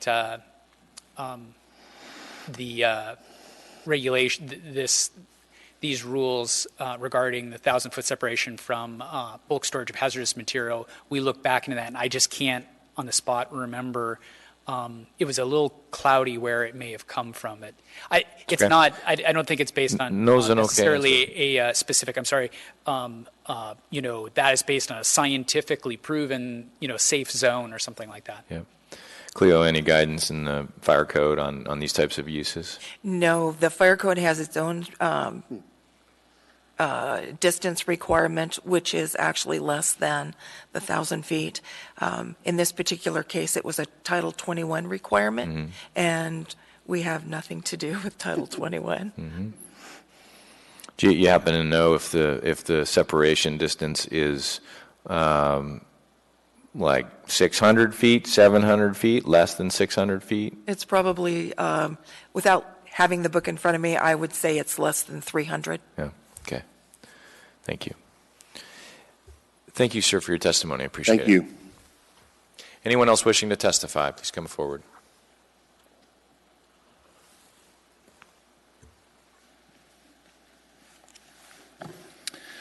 My name is Steve Gerlich. I live on West Manor Avenue on Government Hill. Thanks for this opportunity to testify.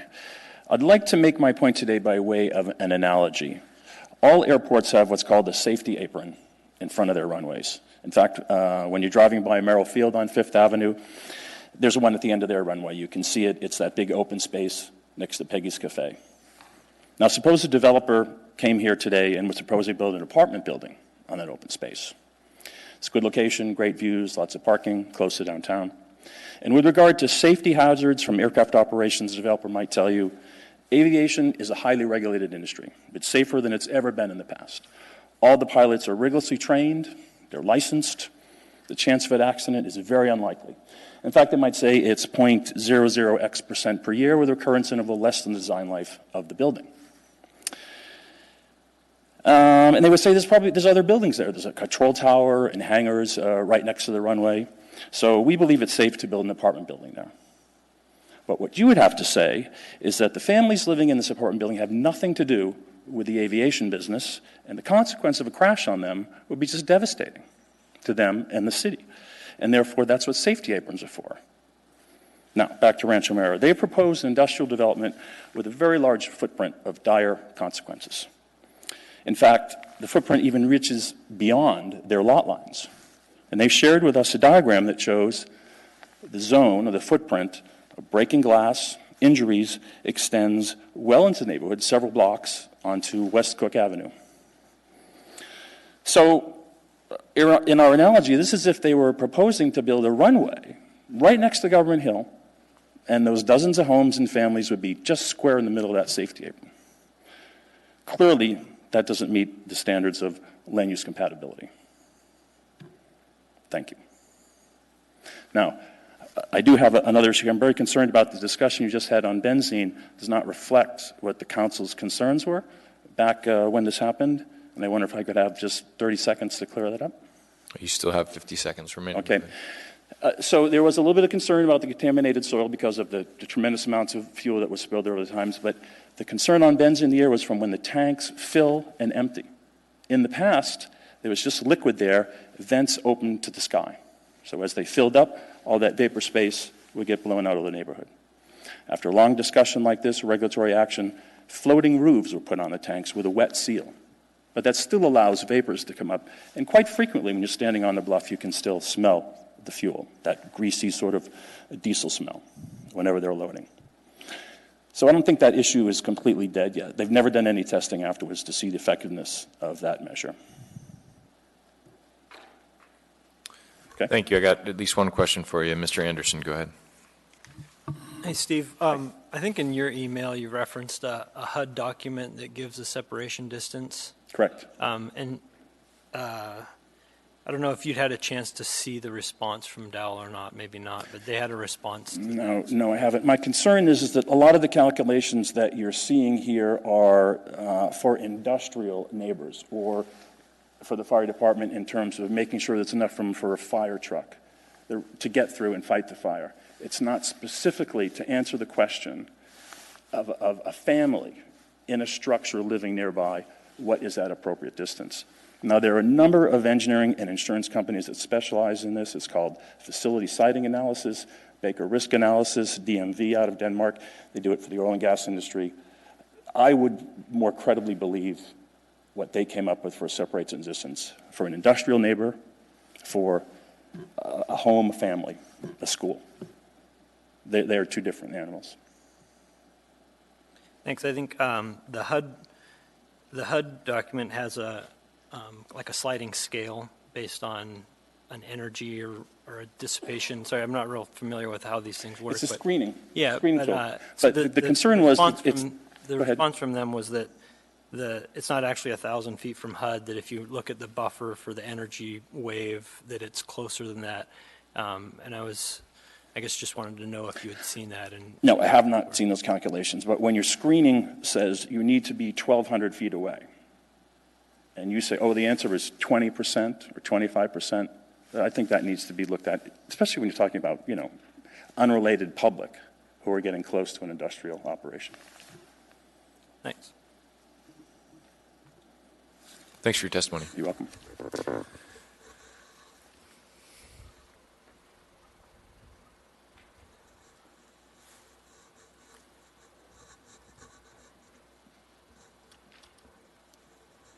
Hello, I'm Reverend Shelley Page, and I happen to live at 241 West Cook Avenue. I was unfortunately not yet in Anchorage when a lot of the initial conversations with Community Council and all went on. I've only recently moved here, but I can honestly say when I became aware of this concern and also growingly aware of all of the families in my neighborhood, and when I say families, I truly mean families. We're talking people with children, let alone various configurations of adults.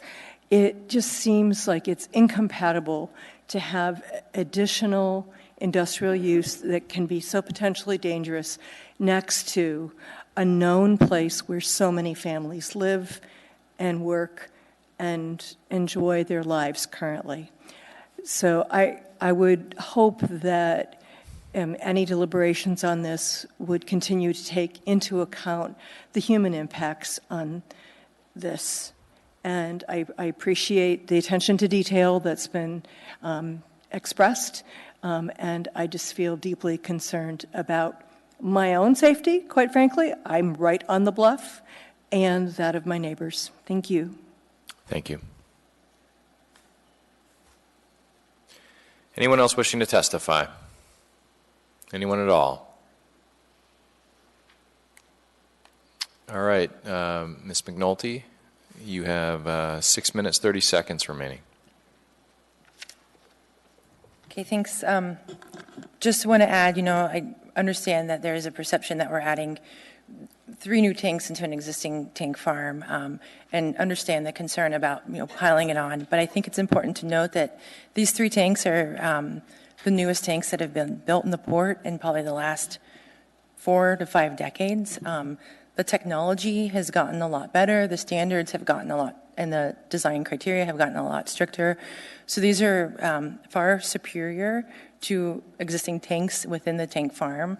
And not directly, but indirectly, those tanks will be diverting fuel from going into the old tanks and going into a much more sound, if you will, tank. And I don't want to dismiss the other tanks there. It's just by virtue of aging, and hopefully we're getting better at these things. So I just want to point that out. And then also with the HUD document, just kind of again reiterating that the HUD has just a standard separation of 1,000 feet, and it's kind of a catch-all. It's a one-size-fit-all. Essentially, it says that if you do the testing and the testing shows that it can be constructed within a smaller separation, then you can go with that.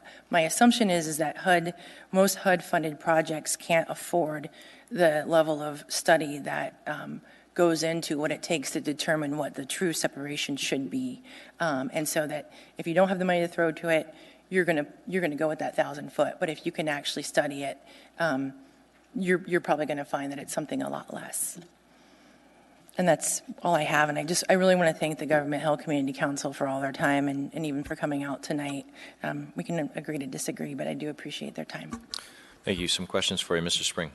Yeah. Were there any alternative sites considered for this? Did you do a site plan review or site selection review of some sort? There actually was, because as Ms. Walsh noted, the current site where they're going was actually where they had thought that their operations building would go.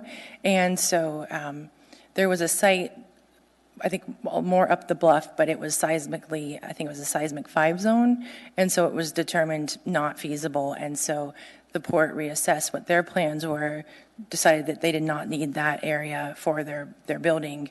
And so that site was offered up as an alternative. There's no, follow-up please, Mr. Chair. There's no sites that are feasible beyond 1,000 feet or a little bit further away? I wasn't involved at the very beginning of that. I don't know, but I know that the sites that were offered or on the table, there was another site, and it was deemed not to be seismically appropriate. Mr. Strike. Yes, thank you. Did I hear you correctly state that these 3 tanks were replacing other tanks? No, they're not replacing other tanks, but indirectly, they'll likely be diverting fuel that would otherwise be going into old tanks into the newer infrastructure. But we're not replacing any tanks. So you're going to stop using or fully utilizing certain other tanks? Correct. And those would be located where? I don't know that there's one that would be pinpointed, but I think within the tank farm area. Okay. Thank you. Thank you, Mr. Strike. Any further questions for the petitioner before I close? Ms. Bailey. Kind of tagging on to that question, is there a need then to build 3 more tanks if it's really just diverting fuel? Or are we at capacity and it's going to be diverting some fuel? Can you clarify that at all? Yeah, and actually I'd like to go to Rancho Mesa to speak to that. I think they're much more expert at that. Hi, my name is Daniel Toe from Rancho Mesa. I think just to get back to Mr. Strike's question and the first question, we are not introducing any new jet fuel demand as far as volumes coming in. What we're doing is giving a customer a supplement to bring in at our tanks, but the jet fuel demand at Anchorage is not expected to increase at all. Okay. So we're hoping by our tanks that eventually the airport concern tanks will be less use. Thank you. Mr. Anderson. Seth, your mic. Maybe one of the engineers that could walk us through the analysis, the hazard analysis. It seems to be kind of a big, a tough thing for me to understand, not being familiar with that, and kind of what the examples that were used to go into the analysis, and at whatever level you can, kind of describe that to us. Sure. Again, for the record, Dave Corpy with Great Northern. So the hazard analysis report was, the basis of it was the previous hazard study that was provided by Golder and Associates in 2002. We broke down, I forget, I think there's 9 or 10 different hazard scenarios. It does not include fuel transfers, truck loading, rail car loading, the environmental side of things in terms of spills. It's specific to fire hazards. It addresses the impacts that a potential explosion would have, and the report is basically broken down into a discussion of the facility, an overview of the facility, and then a brief description of each of those hazards, what would initiate each of the hazards, what the outcomes would be, and what the mitigating efforts would involve. And then the last section of the report basically goes through all of the standards that are being applied to mitigate the risk, be it improvement in the construction codes and standards since the previous tank farms had been built out there, as well as the conditional use permitting process, so I don't know if that answers your question well enough without getting into the specifics of the combustibility of jet fuel and the hazards specifically. Right, I guess I was kind of looking for more of like what is the combustibility of that type of stuff, just because it's so unfamiliar to me, and to hear one report that says that it's not ignition or a combustibility standard. I don't have enough experience with it to know if that's true or not. Sure. So if there were some examples of cases where tanks have exploded with Jet A, or kind of what the justification is or basis behind not having that ignition source or the combustibility. Sure. So just briefly, jet fuel is basically kerosene, which is similar to diesel. It's a Class 2 combustible liquid versus, say, gasoline, which is a Class 1 flammable liquid. It doesn't give off vapors that can reach a combustible level until the temperature of the fluid is at least 100 degrees Fahrenheit. So we knew that the community had a concern for explosions, potential for explosions, and so the first thing we did was research explosions in jet fuel tanks or in jet fuel tank farms. We have not found a single instance where there's been an explosion in a jet fuel tank farm that didn't also store one of the other more volatile products like gasoline or avgas or naphtha.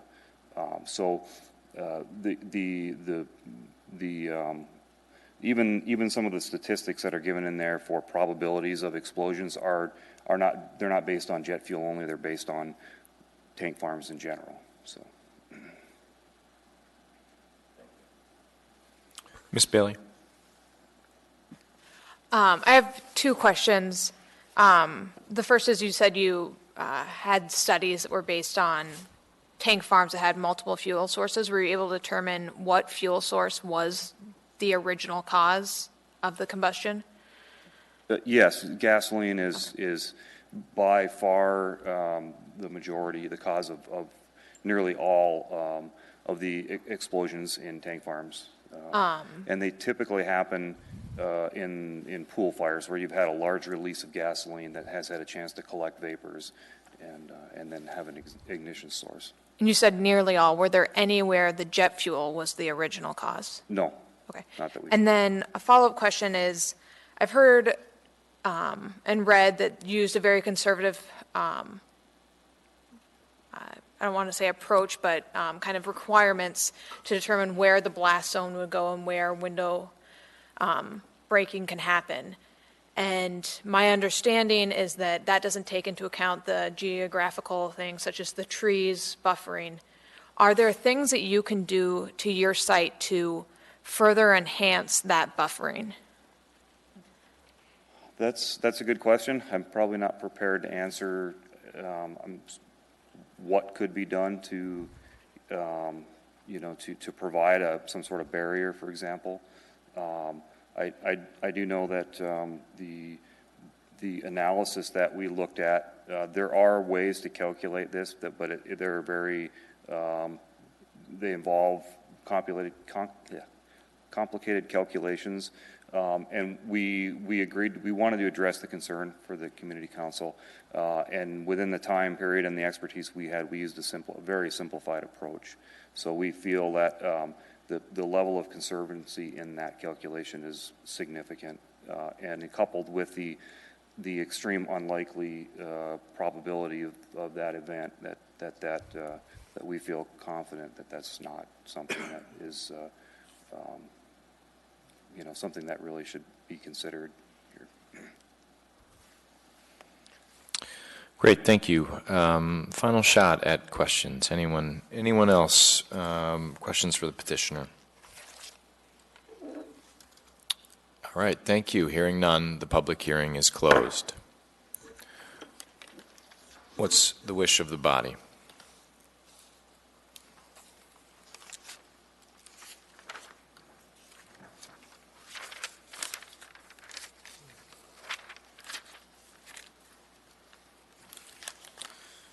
Earning your star. Go ahead, Mr. Spring.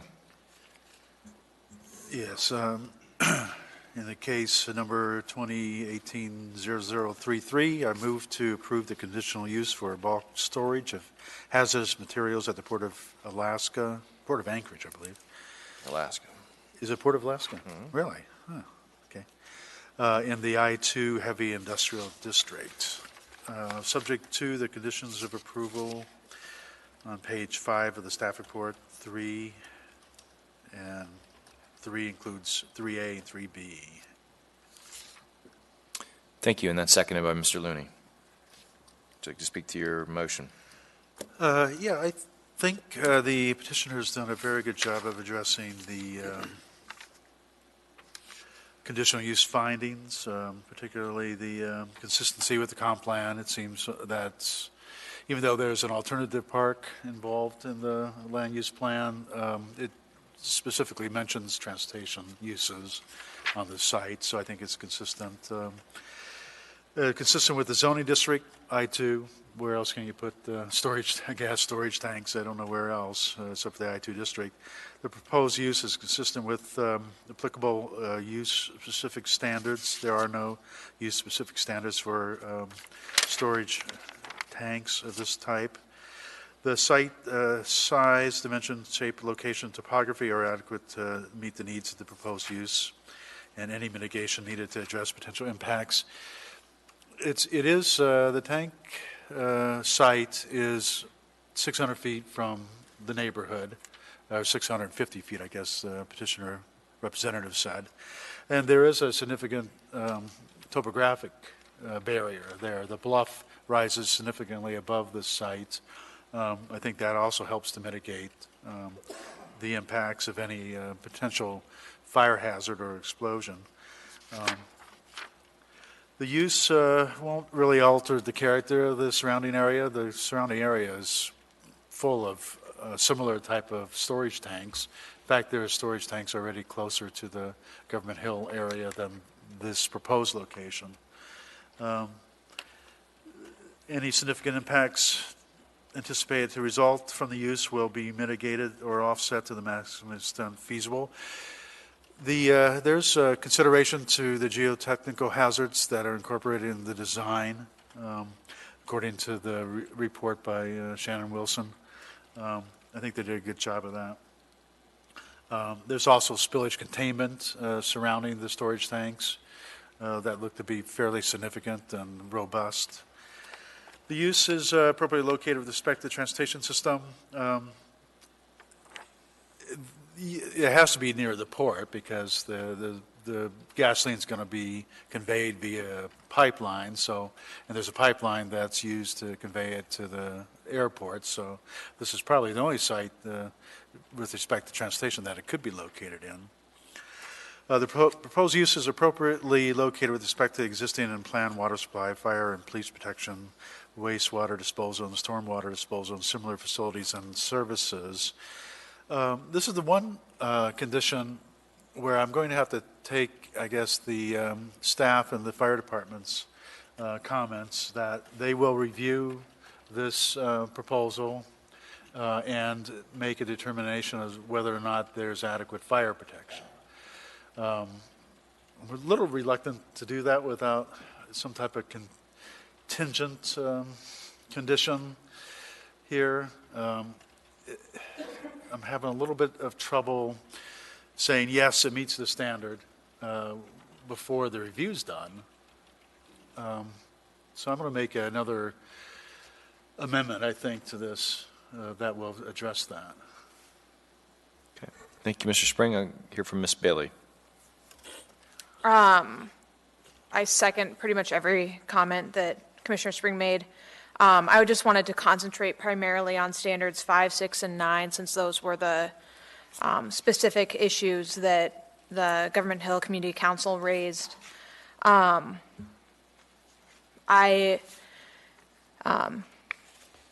Taking the fire department position at their word that if the fire and police protection is not, or the fire protection in this case is not adequately met, that a building permit will not be issued and that a building permit will be required prior to the development of the site. I'm satisfied by that condition being met. So that is not a concern. However, I understand why that is a concern for the Government Hill Community Council, and so I think that's just a good representation of why we have these systems in place. They also referenced condition number 6, with it not being compatible with adjacent properties. I understand that it's adding 3 more tank facilities to a structure, but again, these are facilities of which many are closer, containing the exact same device, and this is, as Ms. McNulty pointed out, a newer, more up-to-date structure, and so I think it is the same use in a spot that's further away. And so really the main one that I had trouble reconciling was issue number 5, and that was whether this could be safely provided in that area. And basing it off the studies, the HUD recommendations, as well as the very conservative approach, which didn't take into effect those geographical discrepancies, it does seem like this is providing the safest possible area for putting these tanks in. I definitely understand the Government Hill community's concerns for these, but I also appreciate the extra caution that was taken to ensure the safety for these communities if this is to be built. And so I believe that standard 5 is also met. Thank you, Ms. Bailey. Any other commissioners wishing to speak to the motion before us? Hearing none, please. Did you want to go, John? Yeah. Go ahead. Good. Yep. Yeah, just to address my concern about standard number 9. My concern is that it's what happens if it isn't approved, and I don't think it's likely that it failed to be approved. I don't think it's likely, but my concern is that here we have a conditional use that we approve, and it's kind of sitting there, and it's still in effect, but the project's not going ahead. Not unless they go back and redesign it and figure out how to get approval from the fire department. Yeah, that's true. Yeah. And any significant alterations to the design, I would presume, would need to come back to us. Okay. No, so that. Mr. Anderson. I think the only condition that I'm having a hard time with is number 6, is that's the compatible with adjacent properties. I don't. Just a little closer, so. I guess I don't 100% agree agree that a residential neighborhood is a compatible use with a bulk fuel storage facility. And I don't know how exactly to approach that, considering that their existing uses where they're at, and being provided the engineering justification and the discussion that we had with the engineers as a basis for understanding what the risk is. I guess I would defer to those studies to point to being a use that can be compatible with certain understandings of how it's used. That's all. Thank you, Mr. Anderson. Any other comments? Please vote.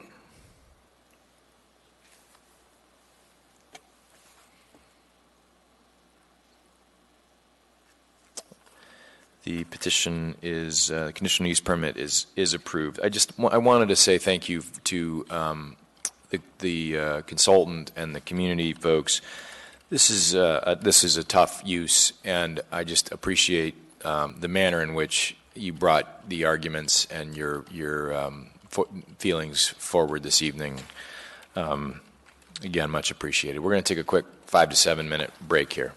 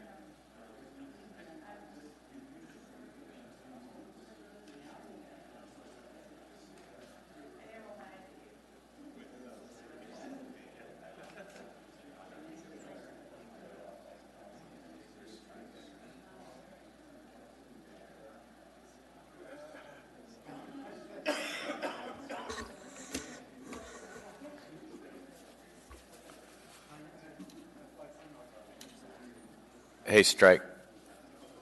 Oh, there they are. All right, we're going to get going here.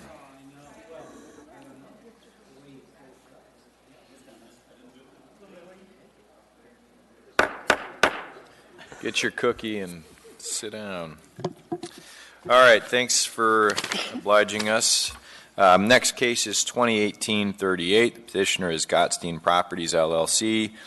This is a major site plan review requested by Gottstein for the Cars store remodel. Total area is 20.07 acres, and it's generally located south of East Northern Lights Boulevard, west of Seward Highway, north of East Benson, and east of Denali Street. Could we have a staff report, please? Thank you, Mr. Chair. This is a request for a major site plan review of a large commercial establishment for the renovation of the former Cars grocery store at the Sears Mall. This site is located between Benson and Northern Lights on the end of the mall adjacent to Denali Street. The former Cars store has been vacant since 2015 and is proposed to be remodeled for a future retail tenant. The site improvements for this renovation include a 7,923 square foot storage addition, upgraded building facades, the addition of interior and perimeter parking lot landscaping, common open space, and a new loading area with required screening. This site has been in existence since 1966. It was constructed prior to many of the requirements in our current Title 21, including the requirement for large commercial facilities to have approved site plans. Because of its non-conforming status, it is considered to have an approved major site plan. AMC 2112-060 requires sites with non-conforming characteristics of use to move in the direction of conformity of Title 21 when work is done on the site that totals more than 10% of the replacement cost of the building. Pages 29 through 31 of the staff packet provide details about the changes that are being made in the direction of conformity. Those changes include the addition of required private open space, new pedestrian connections at the north, west, and south sides of the building, and improvements to the sidewalk at the west and north of the building to connect two of the primary entrances. The existing landscaping on the site is very limited. The proposed site plan upgrades existing parking lot perimeter landscaping and adds additional perimeter landscaping. 9,920 square feet of interior parking lot landscaping is being added to the site, and the petitioner has indicated that the new loading area will be screened in accordance with the requirements of Title 21. The new retail facility will provide 30 of the 31 bicycle parking spaces required for the entire site. The addition of these bicycle spaces is a change in the direction of conformity.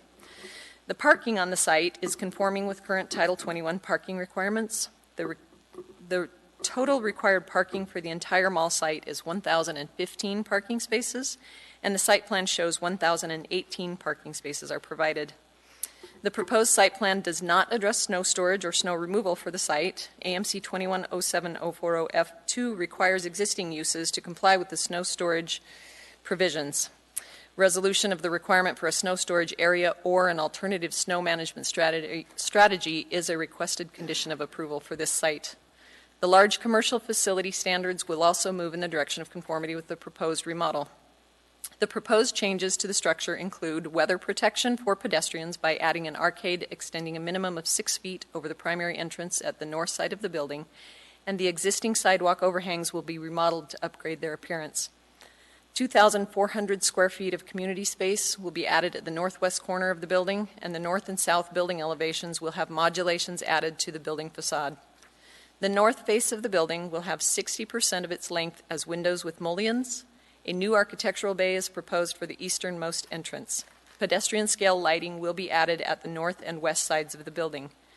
The existing rock wall facade will be maintained to the maximum extent possible and be updated with the addition of yellow cedar and metal siding. The north-facing elevation will have a 60-foot wide roof modulation added at the primary entrance and a 140-foot wide modulation to the west of the north entrance. The roof modulations will include clerestory windows to enhance the primary entryways. The proposed redevelopment of this site is consistent with the goals, objectives, and policies of the comprehensive plan and upgrades one of our city's major employment centers. In conclusion, the department finds that the standards of approval are substantially met, that the changes to the site meet the requirements of 21-12-060 to move in the direction of conformity, and therefore recommends approval of the major site plan review, subject to Condition 2 on page 17 of the staff packet. This condition requires providing information to the Planning Department about details for the pedestrian lighting, change in paving materials for walkways, screening for loading and mechanical equipment, and information about snow storage. The landscaping plan also requires the stamp and signature of the landscape architect. I'll be happy to answer any questions the Commission may have. Hey, by the way, that not bad for your first staff report, I think. Very well done, and Dave, kudos for convincing Sonnet to come here tonight. So nice job. Mr. Spring, question. Yes. On page 4 of the staff report, it talks DOT comments regarding traffic impact analysis to address pedestrian crossing safety at the proposed Benson access created by the north-south access driveway. A little confused about that. It looks like there's a pedestrian crosswalk a little bit like 100 feet west of Denali or something.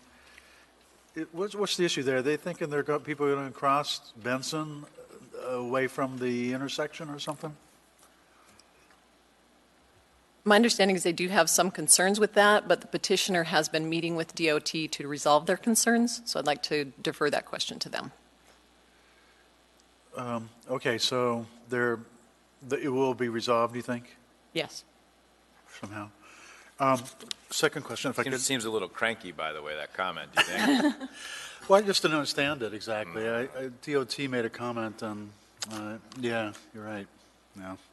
The other one is snow storage, and you say you want the snow storage plan, right? Yeah. Well, I'm a little confused because the previous case involving the Nordstrom Rack, the response was to the snow storage that the petitioner's narrative states snow will be plowed and removed from the site. So I think we found that they met the snow storage requirement. Are they not, is it something different with this end of the building from the other end of the building?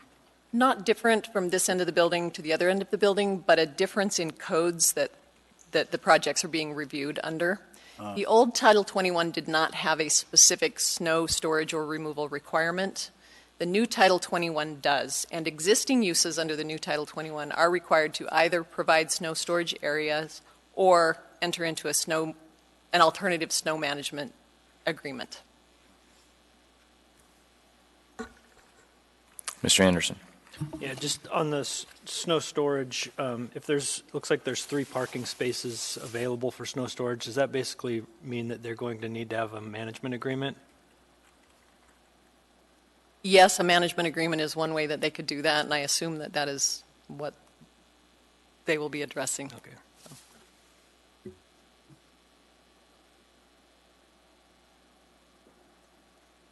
I had a question on the bicycle parking. There's interior hanging bicycle racks. Those are for the general public as well as any employees? Yes. Mr. Strike. Oh, I hate to bring this up. Yeah, I know where you're going with this one. Well, so I park my bicycle in the back, I hang it up, and I want to walk to the Nordstrom rack. There's not a sidewalk. We've spent 5 months listening about how there had to be a sidewalk from the same developer here. No. So explain. Access. From where to where? Doesn't matter from where to where. If from the bicycle path, if somebody wants to get the exercise and walk the most ridiculous route over to the Nordstrom rack, and they're in the back of the building on the south side of the building, where all this loading dock area is, where's the sidewalk? Where's the pedestrian way? Where's the lights? Everything that we just made the Nordstrom rack go through to handle for their area. Specifically, though, what part of the building are you talking about? The southwest. You want to save that for the petitioner, or you want to ask staff?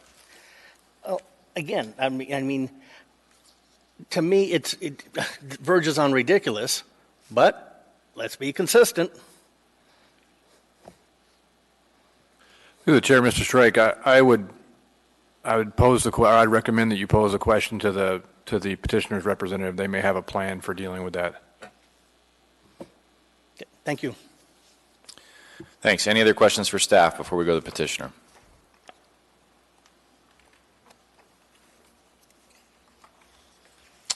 All right, at this point, I'd like to open the public hearing. Petitioner, come forward and state your name for the record. Let us know if you want us to reserve any time for rebuttal.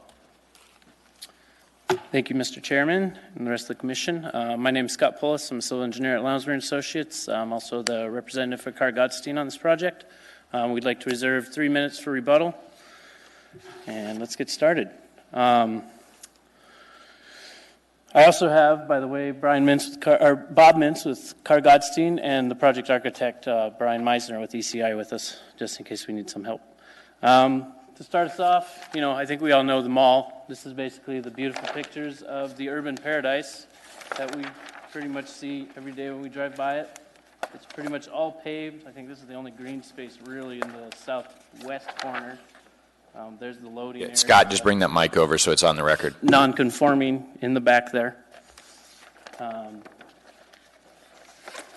There's another picture of the non-conforming loading areas in the back. Brian's going to help me out here. This is the site plan. Here's the ped access we're improving. Here is a pocket park, basically, that's going to be at the back of the store. There's the community space. You can see all the interior landscaping we've added to the basically sea of asphalt.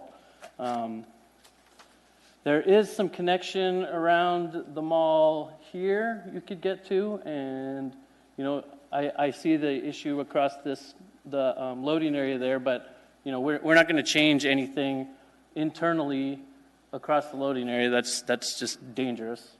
So We do have a connection all the way around to the rest of the mall, except for the part where they're adding it.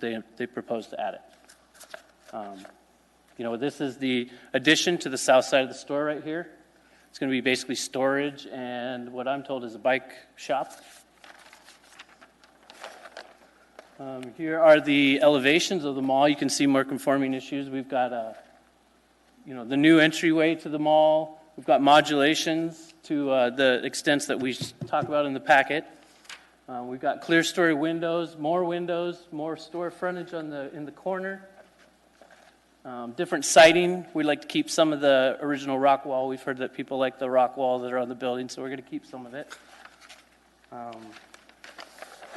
Here's a picture of the internals of the proposed building. Here's the additional area we've discussed right here. Here's the retail area, and this is the storage area. We will keep the connection to the mall. That's there. I'm just going to start talking. North landscaping plan. Put some pictures in there, some trees. Community space. South landscaping plan. The north landscaping plan is meeting full Title 21 requirements. We've done additional more to the south side to make the circulation pattern better and increase the PED circulation and just keep pushing the site towards conformance. We could go to the conformance estimate on sheet. We worked really hard with the department on this conformance estimate, basically 3 revisions to it. But as you guys can see, we ended up at around 21% according to the department's review of our conformance estimate. We took out the interior construction costs as we're supposed to, compared it to the replacement cost of the building. In the end, we were required to spend about $1.5 million, and we spent a little over $1.7 million on meeting the conformance requirements. I got a couple more.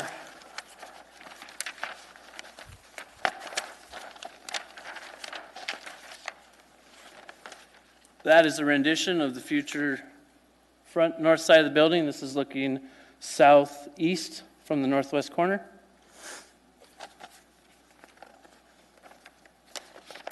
And from the opposite side of the parking lot in the front of the store, basically looking west from the northeast of the building. We have no objections to the department's conditions of approval. We plan to meet all that stuff, no problem. Schedule is kind of our main challenge. Our future proposed tenant, is trying to get into the building by December so they can open in February. That's kind of our main issue and why we really are asking for approval of this plan today. Based on this and having met conformance requirements, we humbly request your approval for the site plan. Great, thank you. We got about 5 minutes left for rebuttal. Are there questions for the petitioner before we go to public hearing? Mr. Strike. Quick. This space is identified for a single tenant or? Yes. We're replacing the grocery use as a retail use. Just one single tenant. Okay. And we're going from 42,000 square feet to about 50,000 square feet. And you know where I was coming from my earlier comment about the same issue that. Yep. No, I for totally understand. You know, we've been doing what we can to work with you guys. We understand the big predicament, and that's pretty much what we've been doing. We've been working with the department to address all these issues as much. So we have 2 elephants in the room in the form of the Sears side with Seritage and Kargatstein on one side. You've been in conflict. Has Seritage looked at your plan and had any comments? I have not heard much about Seritage looking at our plans. I have not heard any objections. Bob Mintz has been coordinated with Seritage in all this, and they have not objected to anything as far as I'm concerned. I'm just trying to close all the loops. Yep, understood. Okay, thank you. Understood. Thank you, Mr. Strike. Anybody else?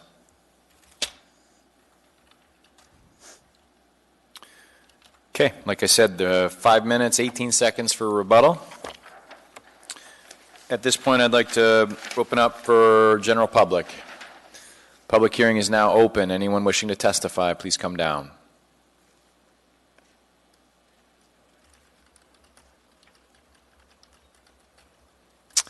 Anyone at all?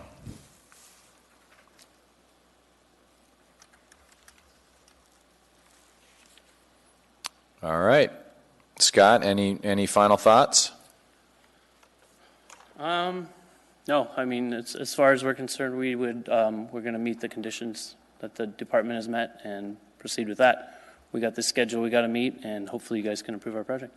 Thank you. Thank you. Mr. Strike, did you get your issue reconciled? I didn't. This will be a question to the staff, and about first one. Are we being consistent with the previous petitioners on the Sears store and Seritage with the requirements that were imposed on them? Are we being consistent with the requirements being imposed now on this opposite end? And forgive me, because we call this mall, in my mind, this is two separate buildings, two separate locations, two separate legal descriptions. And that's one thing that's always puzzled me in all of these discussions. But these are two separate buildings brought under a conforming big box store element.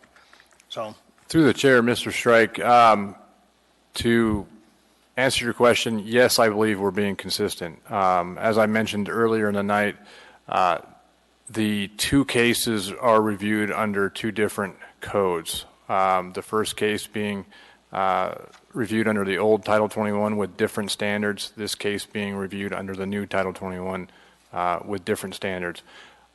I believe we're being fair.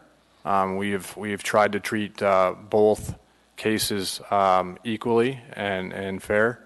Are we being consistent? Absolutely. That's our intent, is to be consistent. So we've worked with both petitioners to be as consistent as absolutely possible. So we don't expect to hear from the other petitioner some later point down the road?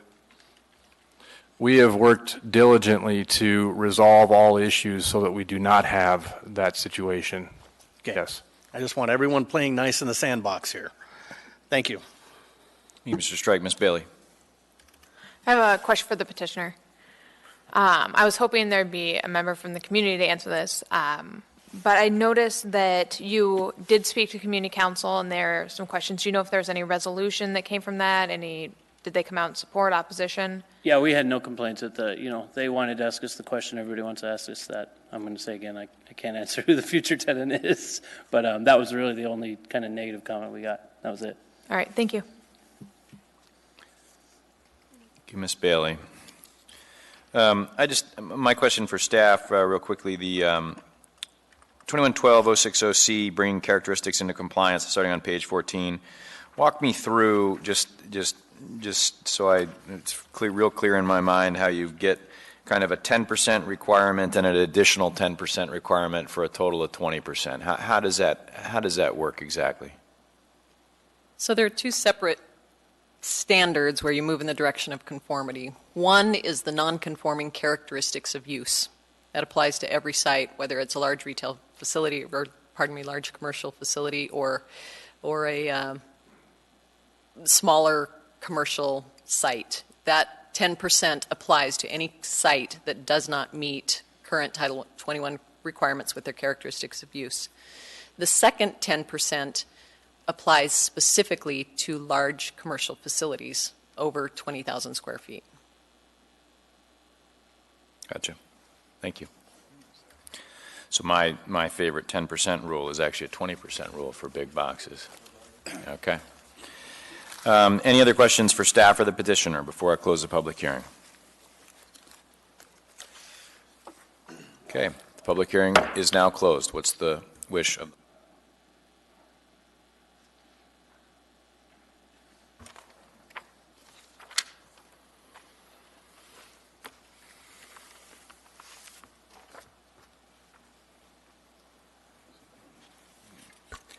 Go ahead, Mr. Spring. They're going to all owe you. Yes, in case of 2018-0038, I move to approve major site plan review of a large commercial establishment for renovation of the former car store at the Sears Mall, subject to staff conditions 1 through 3 that are listed on pages 16 and 17 of the staff report. Is there a second? Second by Mr. Strike. Go ahead, speak to your motion. I think again, kudos to staff. I think staff has addressed every finding and criteria that's applicable. They're too numerous to go through altogether. If I could just kind of summarize my general impression of the site plan, I think it's one of the better site plans I've seen. Seems like you went beyond what I would have expected. And the open space, the community open space outside is going to be a real plus. In fact, there's two open spaces, one of which counts, one doesn't. The bike racks could be a standard for the entire city, I think. I wish everybody would put in indoor bike racks like that. The landscaping in the parking lot is going to be a major enhancement, I think. There's been kind of a real concern of mine ever since I lived here, the fact that there's hardly any landscaping in that Sears Mall. But it was one of the first ones built. But this goes a long ways towards fixing that problem. I think aesthetically, the exterior is going to be a major improvement. It's going to be a real benefit and a spur to development, I think, in this area of Midtown. And particularly, I think it's going to help revitalize Sears Mall altogether. I had my doubts about whether Sears Mall would survive at one time or another, but I think I have faith that it's going to be a very healthy retail center for Anchorage. Anyone else wish to speak to the motion?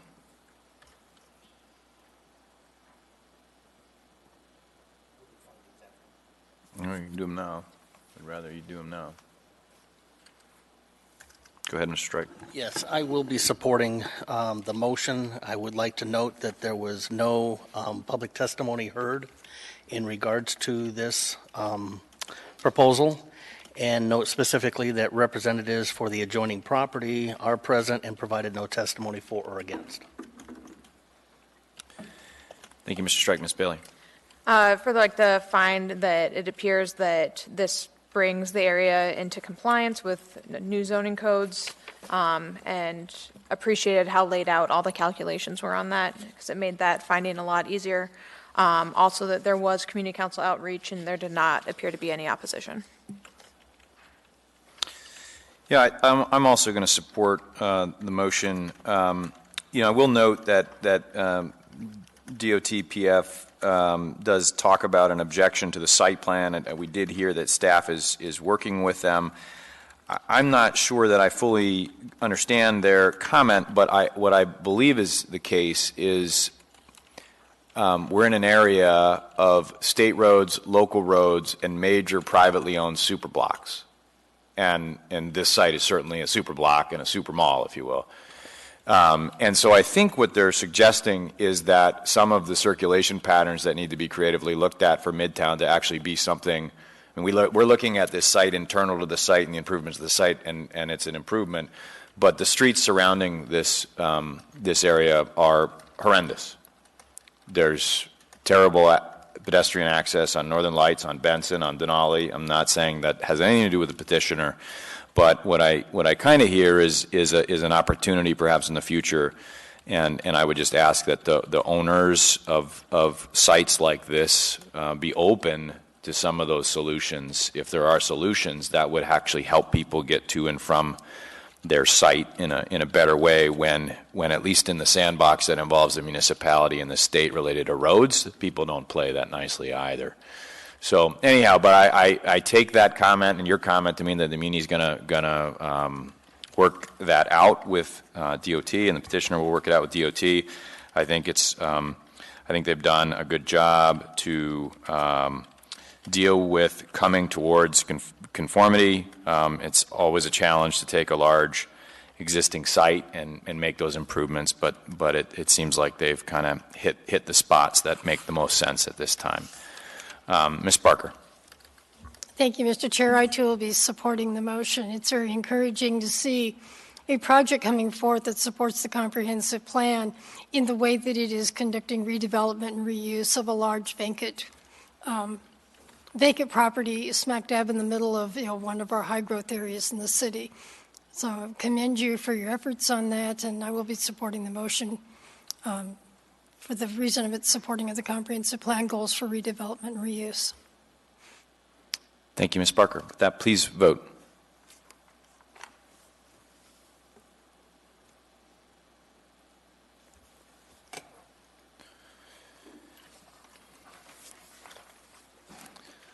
The site plan is approved. Thank you, everyone, for your patience here this evening with us. I think we got out of here at a reasonable hour. Could I get a motion to adjourn? Thank you, Mr. Strike. Can I get a second? Seconded by Mr. Gardner. The meeting is adjourned.